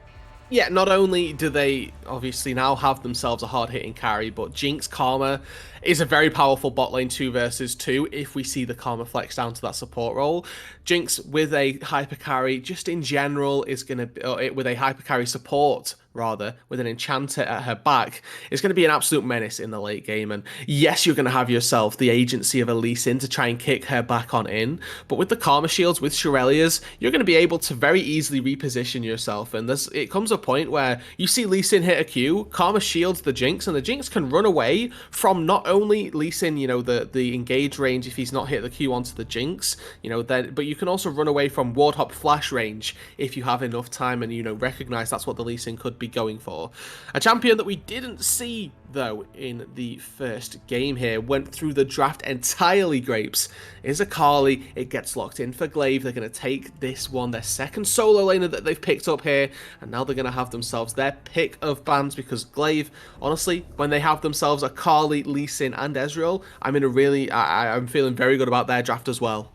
Yeah, really interesting to see how Akali just fell through the draft in game 1. I guess now some of the priority is back on to the Ninja, as it's going to get picked up. As you said, Vrood, still a lot of flexibility available here for Glaive. Akali, Lee Sin can flex between mid and top depending on the matchup. And as we head into the second phase of bans, it's going to be up to some of these teams to take some of those matchups away. Thresh will be taken off the board for Dare. Jean-Francois once again getting his two most very favorite champions taken away from him. Silas was a champion that we for sure saw as being a big threat on Super Big Ego, so that will be taken off the board as well. And they're not convinced either that these are the two solo lanes. The Lee Sin can very easily be flexed into the jungle. Getting Zadok's on the Lee Sin is something that he has been playing time and time again here. Even when Lee Sin hasn't been a jungler in the most recent patches, still busting it out, still feeling confident enough to go for that one in the jungle role. Something that Glaive and Dare are both sort of toying in their minds here. Double support bans come through, recognizing that there's a very real possibility this Karma is flexed into the mid lane or the top lane matchup to facilitate this Hecarim in the mid lane 2 versus 2 with the junglers coming at their backs. Now though, final ban for Dare. Have to wait and see what that one is. We'll get confirmation of that in just a second. It's going to be the set, so taking that one away, and maybe a little bit of self-ban right there. Yeah, it's interesting to see. Still a lot of things on the board here though for Mabud. One of the things that I really liked about him when I was doing a little bit of prep was just the amount of flexibility he has. He can play these tanks. He could also play a lot of these engagers, a lot of these bruisers. Also has a very strong Vladimir. So just all around very flexible top laner. And we'll see what he locks in here in this next rotation. It's going to be the Galio lock-in for Glaive. Is of a champion that can be flexed around as well. And now, I love this pick for two reasons. One, can very easily go down into the bot lane and can facilitate the playstyle that Ratchet was looking for in game number 1 with the roamings. But 2, it denies the Galio counter pick into the Akali. And obviously it's a very strong laning counter because the taunt pretty much it destroys the Shroud because you just taunt in the center of it, and then Akali pretty much has to come out of it because she either starts hitting you or she flips out of it and has to sort of re-engage via another means. So that's 2 really good answers to Glaive that they have now, or that Dare don't have, right? The Galio going to be picked up in that instance, but they do pick a Morgana here, and with Morgana falling out of at least the jungle meta, it's most likely going to be going down into that support role, and maybe in the mid lane either. We've got 2 supports here. We've got a Jinx. We've got this is a tried and true composition right here for Dare. They've got themselves triple carries with 2 supports. They're going to be relying on Hecarim to be a little bit of a front line, but they're going to be relying more so on shields and the durability that Karma and Morgana provide the team over their innate tankiness here to win them out this game. Yeah, and Mabud picking up the Gangplank, his preferred blind top laner. He picked it all 3 games against Wildcard Black. It's going to be responded with a Lucian, and this is really interesting. So this means that the Lee Sin will be sent into the jungle for Zadok, a champion that he is very familiar on. Did play a game of it yesterday against Conviction. Where the other players go, it's really not entirely certain for us yet. You have to imagine this Lucian's going into the top lane versus the GP here. The double shot from Lucian to destroy barrels of GP is so much easier, so much faster, is the core reason why people have been playing Lucian into GP pretty much since the inception of GP in the top lane. Using the counter pick is definitely something that Glaive have opted into here. This R5 utilization is something that we very rarely see, played out so liberally here. The fact that they've got themselves this 5th pick that they are going to be taking into the top lane, and it pivots the draft quite a lot and sort of puts a lot of emphasis on this top side of the map here. Glaive are going for a very damage oriented composition. Galio is not going to be acting as a tank in this game, going to be going into the support role, will be working off of food stamps really in terms of the income he's able to sustain, and not going to be getting that tankiness really until the 15-20 minute marker when that first item comes through. And to that point as well, we generally see Shirelli as Galio, so at this point going to be a pretty much just a walking stun and taunt bot here. So both teams coming out of the gate with just damage in every single orifice that they could possibly look to spew it out from. They're going to be looking to pump out DPS in every second possible. Yeah, and the flexibility here that Glaive was able to provide in this draft is something that I was more looking towards Dare Black as being able to do. But bringing this Lucian counter pick in, definitely a champion that the Yomar does play a certain amount, and as that, I guess, prototypical counter to this Gangplank, it will be interesting to see how much he will be able to punish Mabud in this lane. We are gonna just go through the client draft to confirm all the flexes in just a couple of seconds. But Rude, overall, this is a very different game that I think we're set up for here in this game too. Yeah, and I think that going into this second one, all cards are off the table. This feels like a game one to me here because we've got not only Mabud coming back into the lineup, but we've just got two completely different styles of draft here from Dare from games one to game two. Here they've got themselves, they've learned from their mistakes and they've gone. You know what? Maybe we had the heck home last time round, but this time we're going to be going for Jinx GP as opposed to Seraphine Ornn, and you can tell and ask anybody that has played League of Legends more than once that these two champions are going to be much more than the two from the former draft here, with the ability as well of Karma and Morgana to be enabling, to be supporting their Black's hyper carry that will be coming through in the bot lane. Your question then becomes, well, how easily can Glaive find access to the backline? When we look at their composition, the answer fairly easily here. They have Akali, one of the best diving champions in the game. They have Lee Sin as well, and they have El Galio to be going right over the top of all of that. Hero's Entrance going to be providing a lot of disruption in these team fights as well. Not to mention the fact that they're going to have Lucian and Ezreal pumping out DPS from the backline to try and really put this GP and Hecarim back in their place. That being all said and done, whilst they've got themselves a lot of damage here, Glaive incredibly squishy. One Dark Binding hits, there's plenty of opportunity for that follow-up to come through from Dead. They're going to have Zap, they're going to have Flame Chompers, they're going to have plenty of non-committal spells that they can throw on down that can still one-shot as a target here because all of these targets are going to be so susceptible to the damage. Yeah, and I want to talk a little bit more about the team composition that Glaive has brought up here. You mentioned earlier that Galio being that counter into the Akali, but there's a lot of synergy there as well. The perfect execution in combined with that hero's entrance could mean a lot for Glaive in terms of diving onto this backline that is rather immobile. Sure, you have a lot of the disengage tools from this Karma Morgana, but GP and Jinx are both champions that are rather immobile and so can be punished if the situation goes right for Glaive. Yeah, I suppose the good thing here for the GP is that there's not really too much that you need to be oranging away from, right? You can be using this one fairly lucratively when you're just getting low on damage or when you're getting hit by the Galio taunt, right? Those are really your two conditions for using the orange here. Because if you get taunted, obviously you want to cleanse that CC straight away. But if you're just taking, if you're not taking any CC and you're just taking an absolute brunt of damage here, which is more so what Glaive have opted into, they could very easily be looking to take that orange approach for the HP.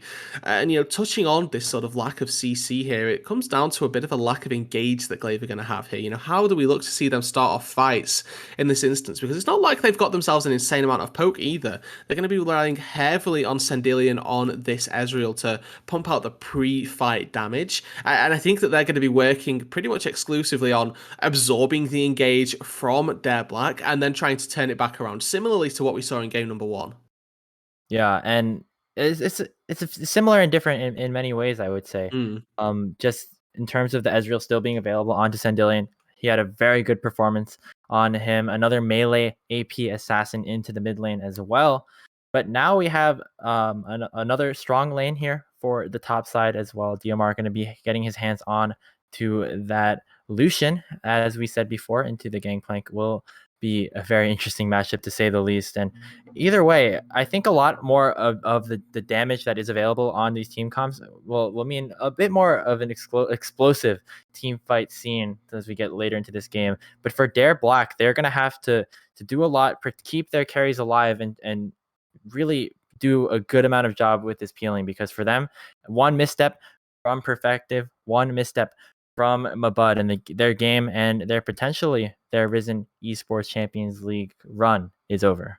Yeah, you touch on it so perfectly right there, Grapes, that whilst we talk about these supports being able to provide all of that safety, but, there's only so much safety they can provide, right? If Jinx steps a little too far forward, ends up getting kicked into the enemy team, ends up getting taken down by the Akali, whatever it may be, the Dare composition falls not flat on its face because they still have the Hecarim and the GP, but every time you take down one of those carries, a massive chunk of Dare Black just gets removed from Summoner's Rift, where on Glaive, you're looking at all four of their top side, all four carries in their composition to just go, what, we're feeling confident that we can sit back and rely on pretty much anybody. And on the Dare side, I'm looking at the Jinx to be that threat, that leading damage source, and the Hecarim and the GP to be much more situational here. The Hecarim trying to find access into the Ezreal, into the Lucian, something that shouldn't be too easy for him, because yes, you've got Onslaught of Shadows, but you're going to have to be fighting that into Ezreal with mobility, Lucian with mobility. If there's a Gale Force that comes out from the Lucian as well, that's even more mobility that is going to be denying this Hecarim access into the backline. Lee Sin doesn't need to be talked about how many dashes this guy's got. Galio, Akali, the same instance. Everybody on Glaive is going to be slow, slippery, so maneuverable here that Hecarim, who whilst might seem like a fairly engage-oriented and fairly mobility-heavy champion, up against these guys, really might find himself struggling to keep on top of and keep that keep that stickiness rather of a Hecarim going. Yeah, we touched on the lack of engage here for Glaive, but I feel like Dare also, as you said, are in a similar boat. They're going to be relying a lot on those mantra shields from Koskinen, or a nice flank from Joggers on this Hecarim to try and get that fight that they so dearly desire. And it's really going to be a challenge for both of these teams to engage. And I'm excited to see how it turns out, because we could get some interesting tangos around certain objectives with the lack of engage that some of these players have. Yeah, and you know what? You touched on it a little bit ago here, that this is going to be. I'm hoping at least this is going to be an absolute scrap. So you better keep your voice ready here, Grapes, because these guys are expected to be going for it pretty much from the get go here. They have themselves fighting lanes across every single role right here. You could maybe make the excuse that the bot lane is going to be a little bit more farm oriented, but whenever there's a Morgana here, especially with that Jinx in the back pocket as well, that is plenty of layerable CC. Sandillion or Ratchet gets hit up by one of those dark binds. You imagine the Flame Chompers coming over the top. That's plenty of time to allow Joggers to find access into that lane. Plenty of access and plenty of time for Mabud to look down bot lane and go, oh, kind of barrage might look pretty good down there. Let's slap that one down. Let's add a little bit more fuel to this fire and try and take them down. So I think that for Glaive, they have themselves a little bit of a challenge in the early game, but it's definitely not something that they can that they shouldn't be able to sustain themselves with. And we're going to see what happens. It is going to be Dare trying to prevent this sweep, trying to keep their playoff run alive here in this open qualifier. We're going to take a short break, get ourselves ready for game 2, but we'll see you in a couple minutes on Summoner's Rift.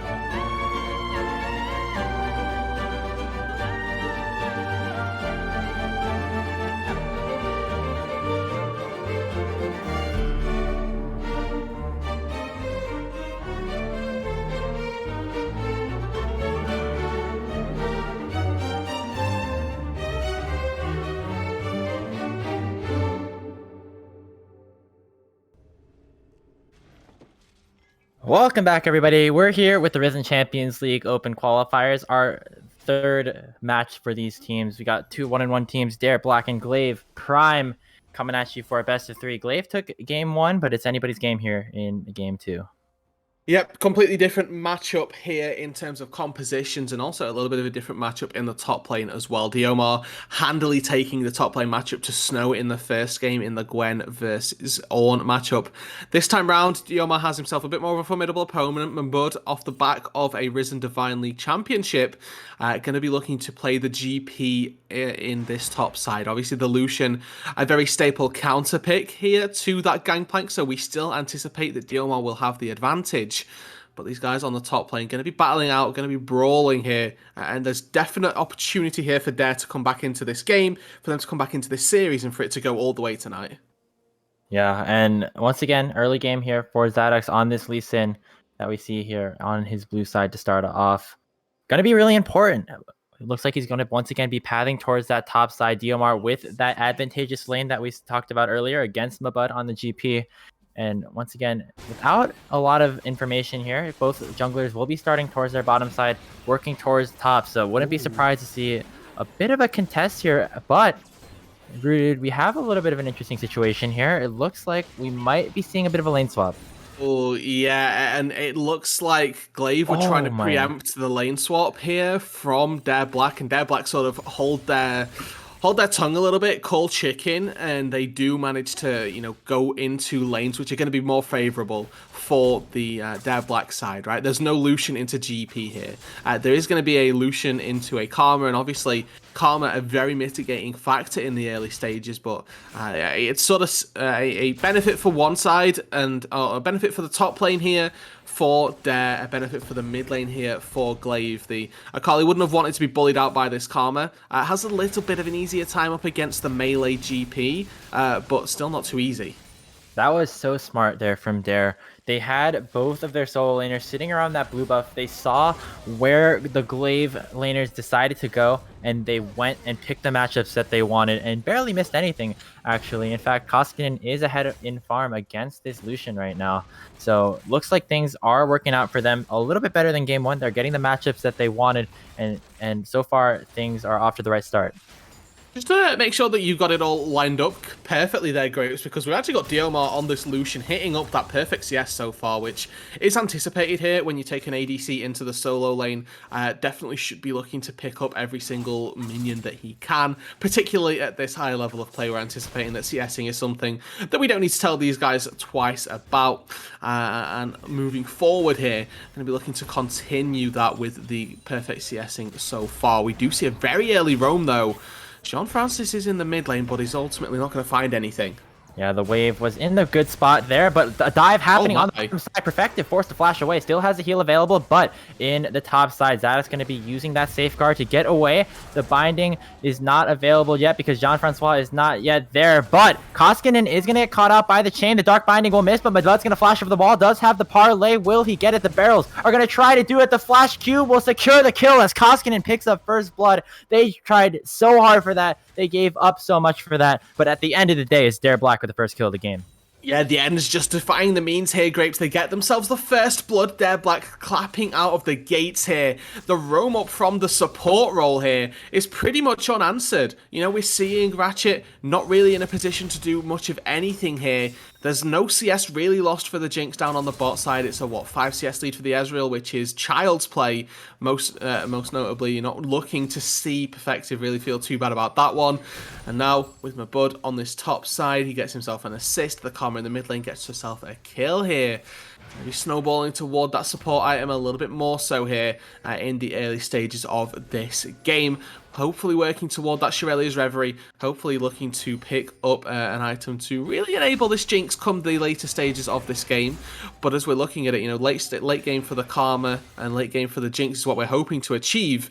With that Shirelia's coming through nice and early is definitely very nice. But it didn't come without a cost here. You talked about how much they gave up. There was briefly a 2-level lead in the mid lane there.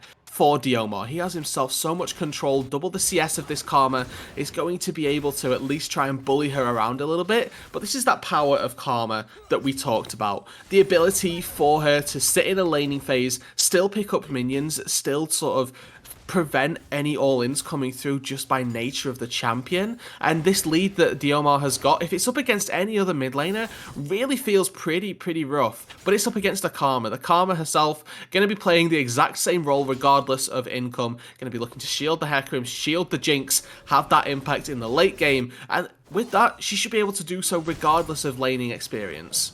Yeah, and interestingly enough, it's both of the solo lanes for Glaive actually having those leads, as Joggers is going to try and come in here. Super Big Ego is going to sit under the Shroud and wait for Zadox to come in with some reinforcements. Conquerors are being procced, but both of the junglers are low. Safeguard out from Zadox, and Super Big Ego going to land one more 3-point strike and get out with his life. Yeah, the unfortunately Shuriken Flip just going wide right there means that there's no re-engage to come through for Super Big Ego, and the Sonic Wave hitting onto the very healthy Hecarim. But now culling mid lane. Oh, straight into the arms of Ratchet with the flash shield. The Durand will secure the kill. Diomar picks up one in the middle lane. Okay, this is exactly what Glaive needed to do here. They have an advantage in the mid lane for Lucian on his own. It's not too easy to press the advantage. Guess what though? Galio with a ton of CC with the flash capabilities as well, capitalize on the Karma not having the summoner spell off her own, is going to get taken down with that flash shield of the Rand that you so rightly mentioned here. Really good roam for Ratchet here, responding to the one earlier made by Jean-Francois there in the bot lane, able to push out, give that Lucian a little bit more space in the mid lane. And once again, this is still an Ezreal down on the bot side. Sendilian feeling absolutely no pressure here from the bot lane of their Black, because they are more than capable, or the Ezreal rather, is more than capable of sitting back, firing Mystic shots, and still not being in engage range for the Shurikens. Oh, ultimate advantage available for Mabud. Going to use the parlay and eat that orange to remove any chance of a kill. Going over to Super Big Ego. The final shot from the pistol will do it. Mabud picks up a solo kill on the top side. There we go. Orange used to just bait in the Akali, gives him more than enough HP. Mid lane is going to be absolutely fine here. Koskinen uses that shield to get enough safety, buy enough distance between him and the Galio support. And again, Mabud now with a really big lead on that top side. Look at the CS there. Look at the levels as well. Burst from Sendilian just one-shots Jean-Francois as the dragon goes over to Glaive Prime. Beautiful play coming out from that Ezreal. Doesn't need the support there to one-shot the enemy support. And that is a big objective going over to Glaive, who were starting to fall a bit behind. They're going blow for blow here in the map right now. The real deficit that Glaive are finding themselves in is up on that top side, but the rest of the map is being commanded by Glaive here. We're going to be seeing how much of an impact Mabud can have, but Sendilian down on the bot side now in trouble. Joggers once again here to respond. Sendilian is taking a lot of damage. The Flame Chompers will hit as Perfective will start to get his first reset of the game. Joggers will pick up a kill into the bottom side. Yeah, and there we go. A little bit of a translation of power here. The Hecarim with that level 6 coming on through, able to take down the Ezreal, who's just a little bit too overextended.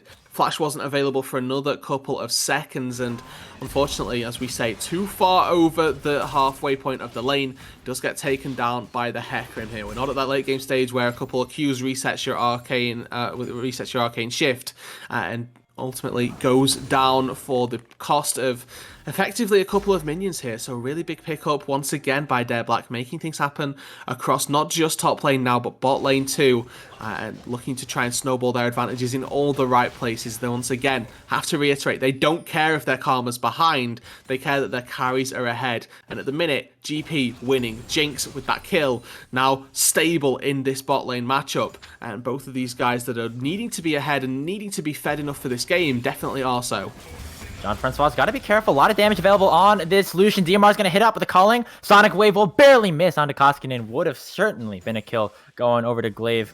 But the gold is still in favor of Dare Black. And especially considering, as you said, Rude, this Karma being so far behind, it just means that the carries of Dare are really far ahead. And when you have these scalers like this Jinx, like this Gangplank, getting them early gold, early advantages is super crucial if you want them to scale. And now for... okay, so I was waiting to see how Super Big Ego went about that cannon take on the top side. He just burns his entire kit essentially outside the ulti to get it for himself. But now we can see that Glaive are looking to respond, make sure that they can, at the very least, put Mabud a little bit further down. At least give Super Big Ego some time to farm up those minions under the turret, you know? We've seen Mabud just try and harass the Sakali at every given opportunity underneath her turret. And just by the sheer presence of Ratchet, the sheer presence of Zardox there, it means that they're able to get a little bit more farm. Oh, the Flash Flame Choppers, they want this kill badly. Sandillion has to run, going to use the Flash to get away from the Super Mega Death Rocket, and almost a kill going over to the Dare bottom lane. But yeah, nice job from Jean-Francois. Getting a binding on the Ezreal is not an easy task.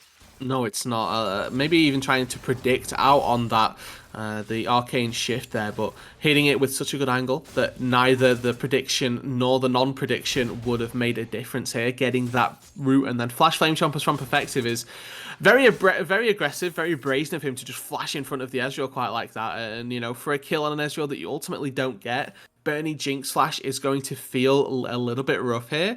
Hopefully they can keep this Jinx safe, and Sandillion, you know, talking of safety, he's not really got too much of it right here. Onslaught of Shadows in, binding Lance, and Sandillion is getting shut down. Ratchet is now the next target. The teleport is coming in, but is it too late? Super Big Ego going to dash in with the perfect execution. Zadox is here as well. Jean-Francois will surely fall in just a couple. There he goes. Joggers and the rest of Dare will get out with their lives. A good response from Glaive to get a kill back, but it's still an advantageous fight for Dare Esports Black.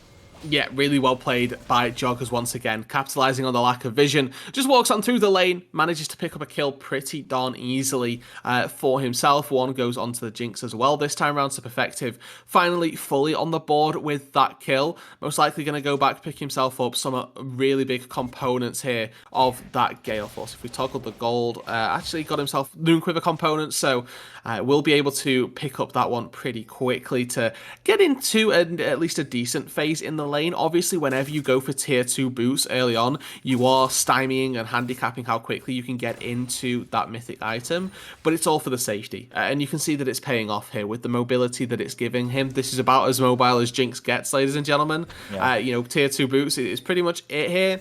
So using those pretty much off the first amount of gold that Perfective was able to get, providing a lot of safety versus Ratchet, who we know has been very liberal with his usage of flash, use of engages to try and force this Jinx into the grave.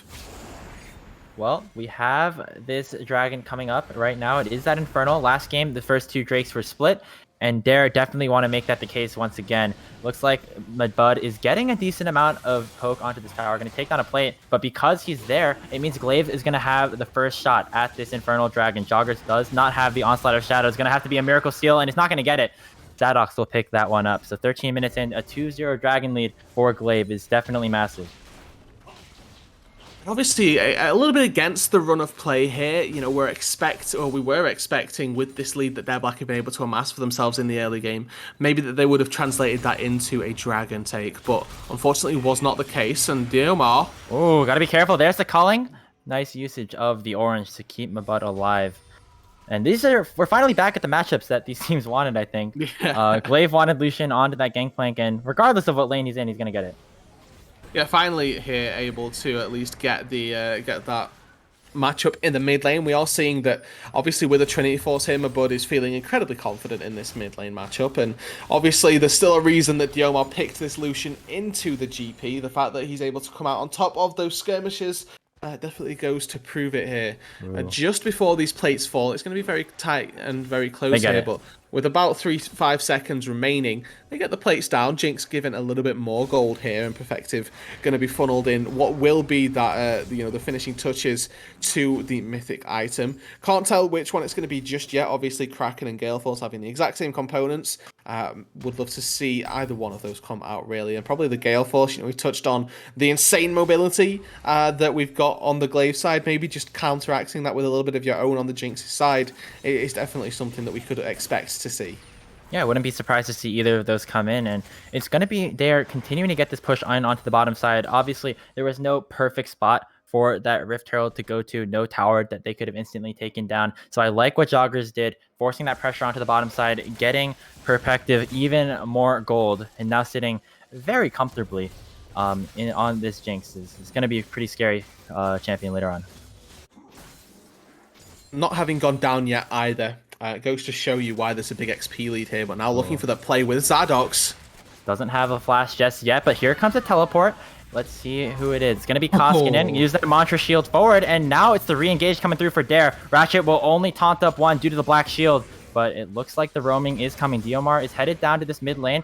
Glaive will try and re-engage, but Derek Black does spot him out and will try and walk away there. So nice teleport coming in to try and save the life of the bottom lane for Dare, but Joggers might have caught out a little bit of a champion of his own. But who's caught out with who? It's now a 3 versus 1. Koskinen's going to try and save his jungler, but it's not enough. He will get shut down. Cannon Barrage will nearly take down Ratchet, but it's not enough just yet. But Perfective has arrived to the fight. Can he get a reset? Can he pop that excited power? He does. Gets 1 kill, but it doesn't look like it's going to be much more after that. So all things considered, just a 1-for-1 off of a crazy series of events in this game too.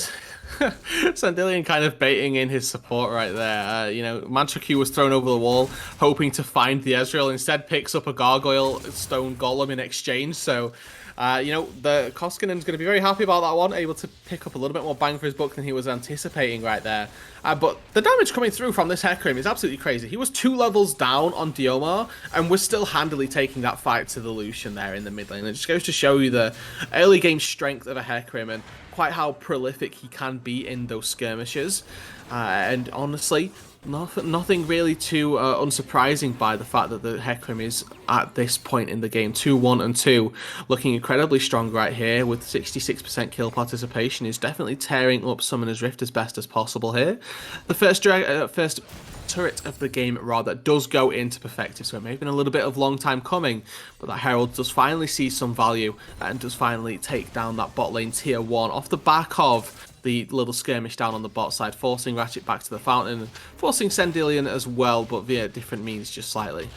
Yeah, and although a lot of the kills are getting into the hands of Koskinen, you can see how much Dare are putting into Perfective. Getting that first tower, getting that Rift Herald, having him be a part of so many of these kills, they know that Jinx is their biggest win condition, and so they want to make sure Perfective is ahead once they get to that late game. Rift Herald is going to get taken by Glaive Prime. It's going to go over to Zadox. Let's see what he can do with it. Obviously, Rift Herald on the second time around, not as strong as the first, but still the potential to get some more gold, get some more turrets for his team, who is now sitting down by about 2,000 gold. And now the recuperation game going to need to be Glaive's focus here. Need to try and get themselves a little bit more gold back in their arsenal. Try and put themselves into a position where they can try and take some fights, because we've got themselves this Mountain Dragon, and this is going to be a really big turning point in this game. We're sort of teetering on a knife's edge right now. The game about to be potentially broken open by Dare if they come away with this fight.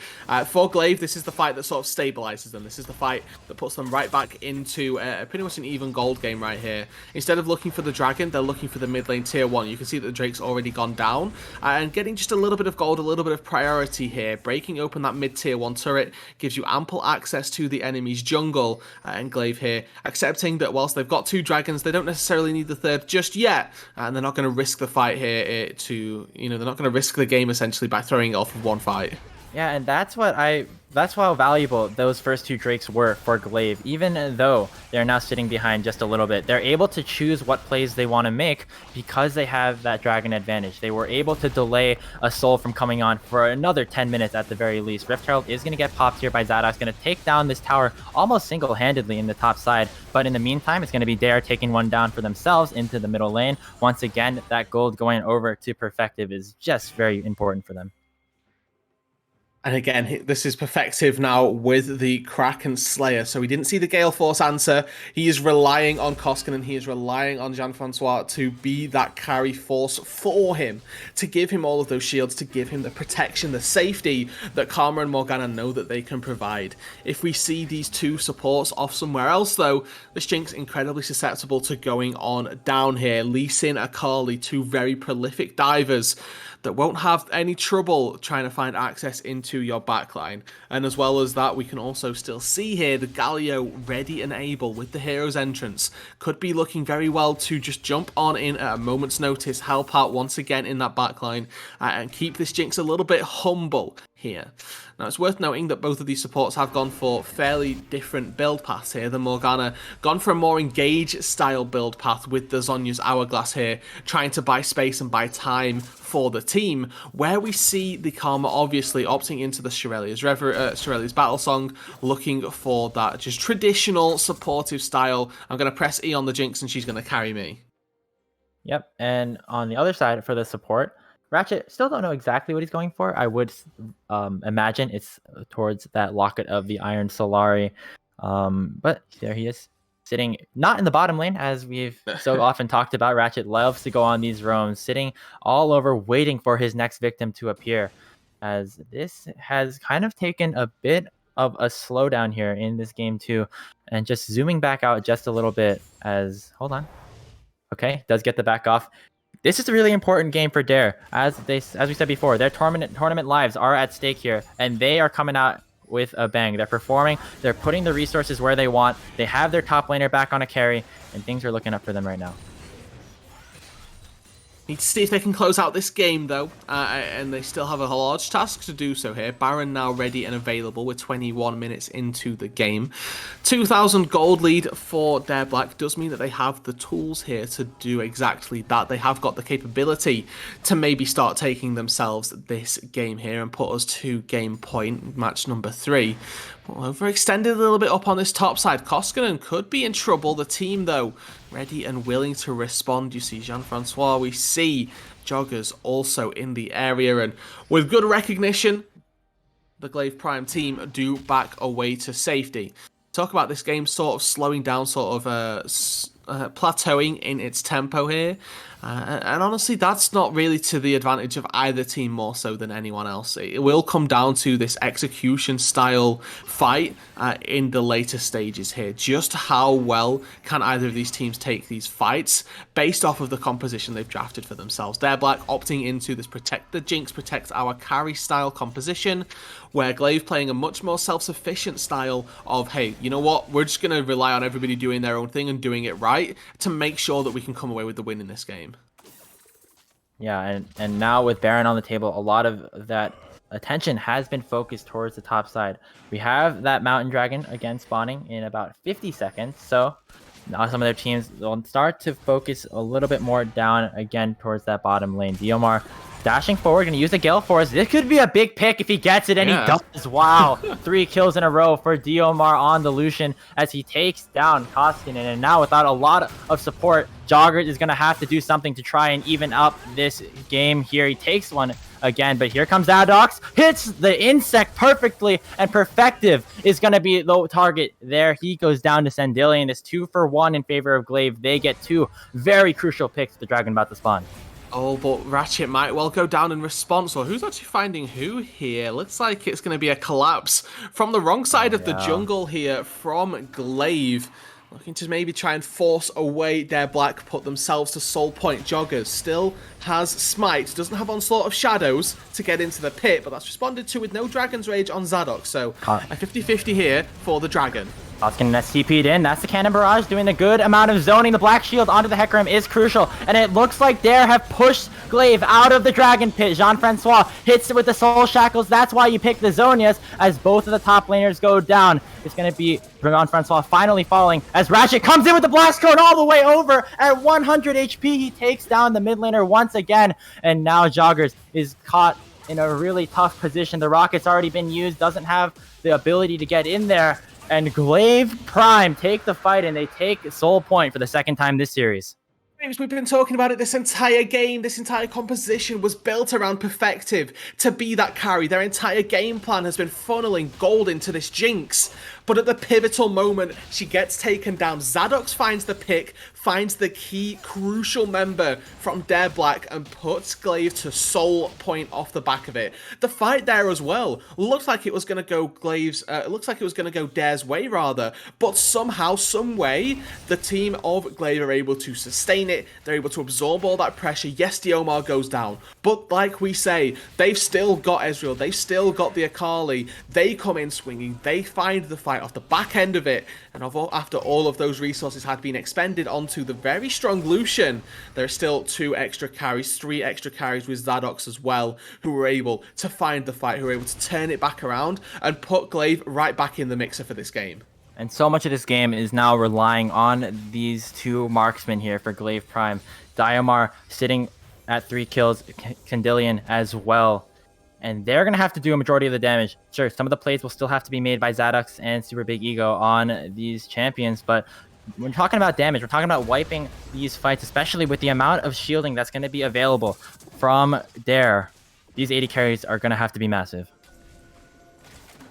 They're going to have to do a tremendous work here. Still, you know, this game is by no means over, right? This isn't a game that is now all of a sudden Glaive favoured. They're still down 2,000 gold. It was just one really good pick from Zadox that was able to find the play and now put at least just a little bit more of a stall onto that play here. Man. But Baron started up here. No wards from Ratchet, so he's got to go back to base, pick them up for himself. But Zadox has the control ward, going to throw that Ratchet one just over. backed. Now Ratchet we're going to just wait and recalled. see. He has So Hero's he's not gonna be entrance. there. Zadox is available, try and find out what's going on over the pit, but that's gonna be the onslaught of shadows taking down Zadox. Mabud will take the finishing blow. It's gonna take a miracle steal now with the jungler down 2k, 1k. Will it go down? The culling will not secure it. A beautiful smite from Joggers will secure Baron Nashor over to Dare Black, and they are finally back in the lead once again. I'm kind of curious as to how they managed to just walk away with that one. You know, Zadox doing what he can around the pit. Really good turn from Joggers, using the Onslaught of Shadows, recognizing there is no chance that he's giving a 50-50 for this one. And when they combine here, when Dare Black have their full 5-man strength, they look unstoppable. They put the funnel and all of their shields onto the Jinx. Perfective sits and right-clicks. It seems fairly trivial, but he's done the hard work. He's got out of the laning phase. Now he's got to position himself wisely in these team fights with the support, with the shields on his back.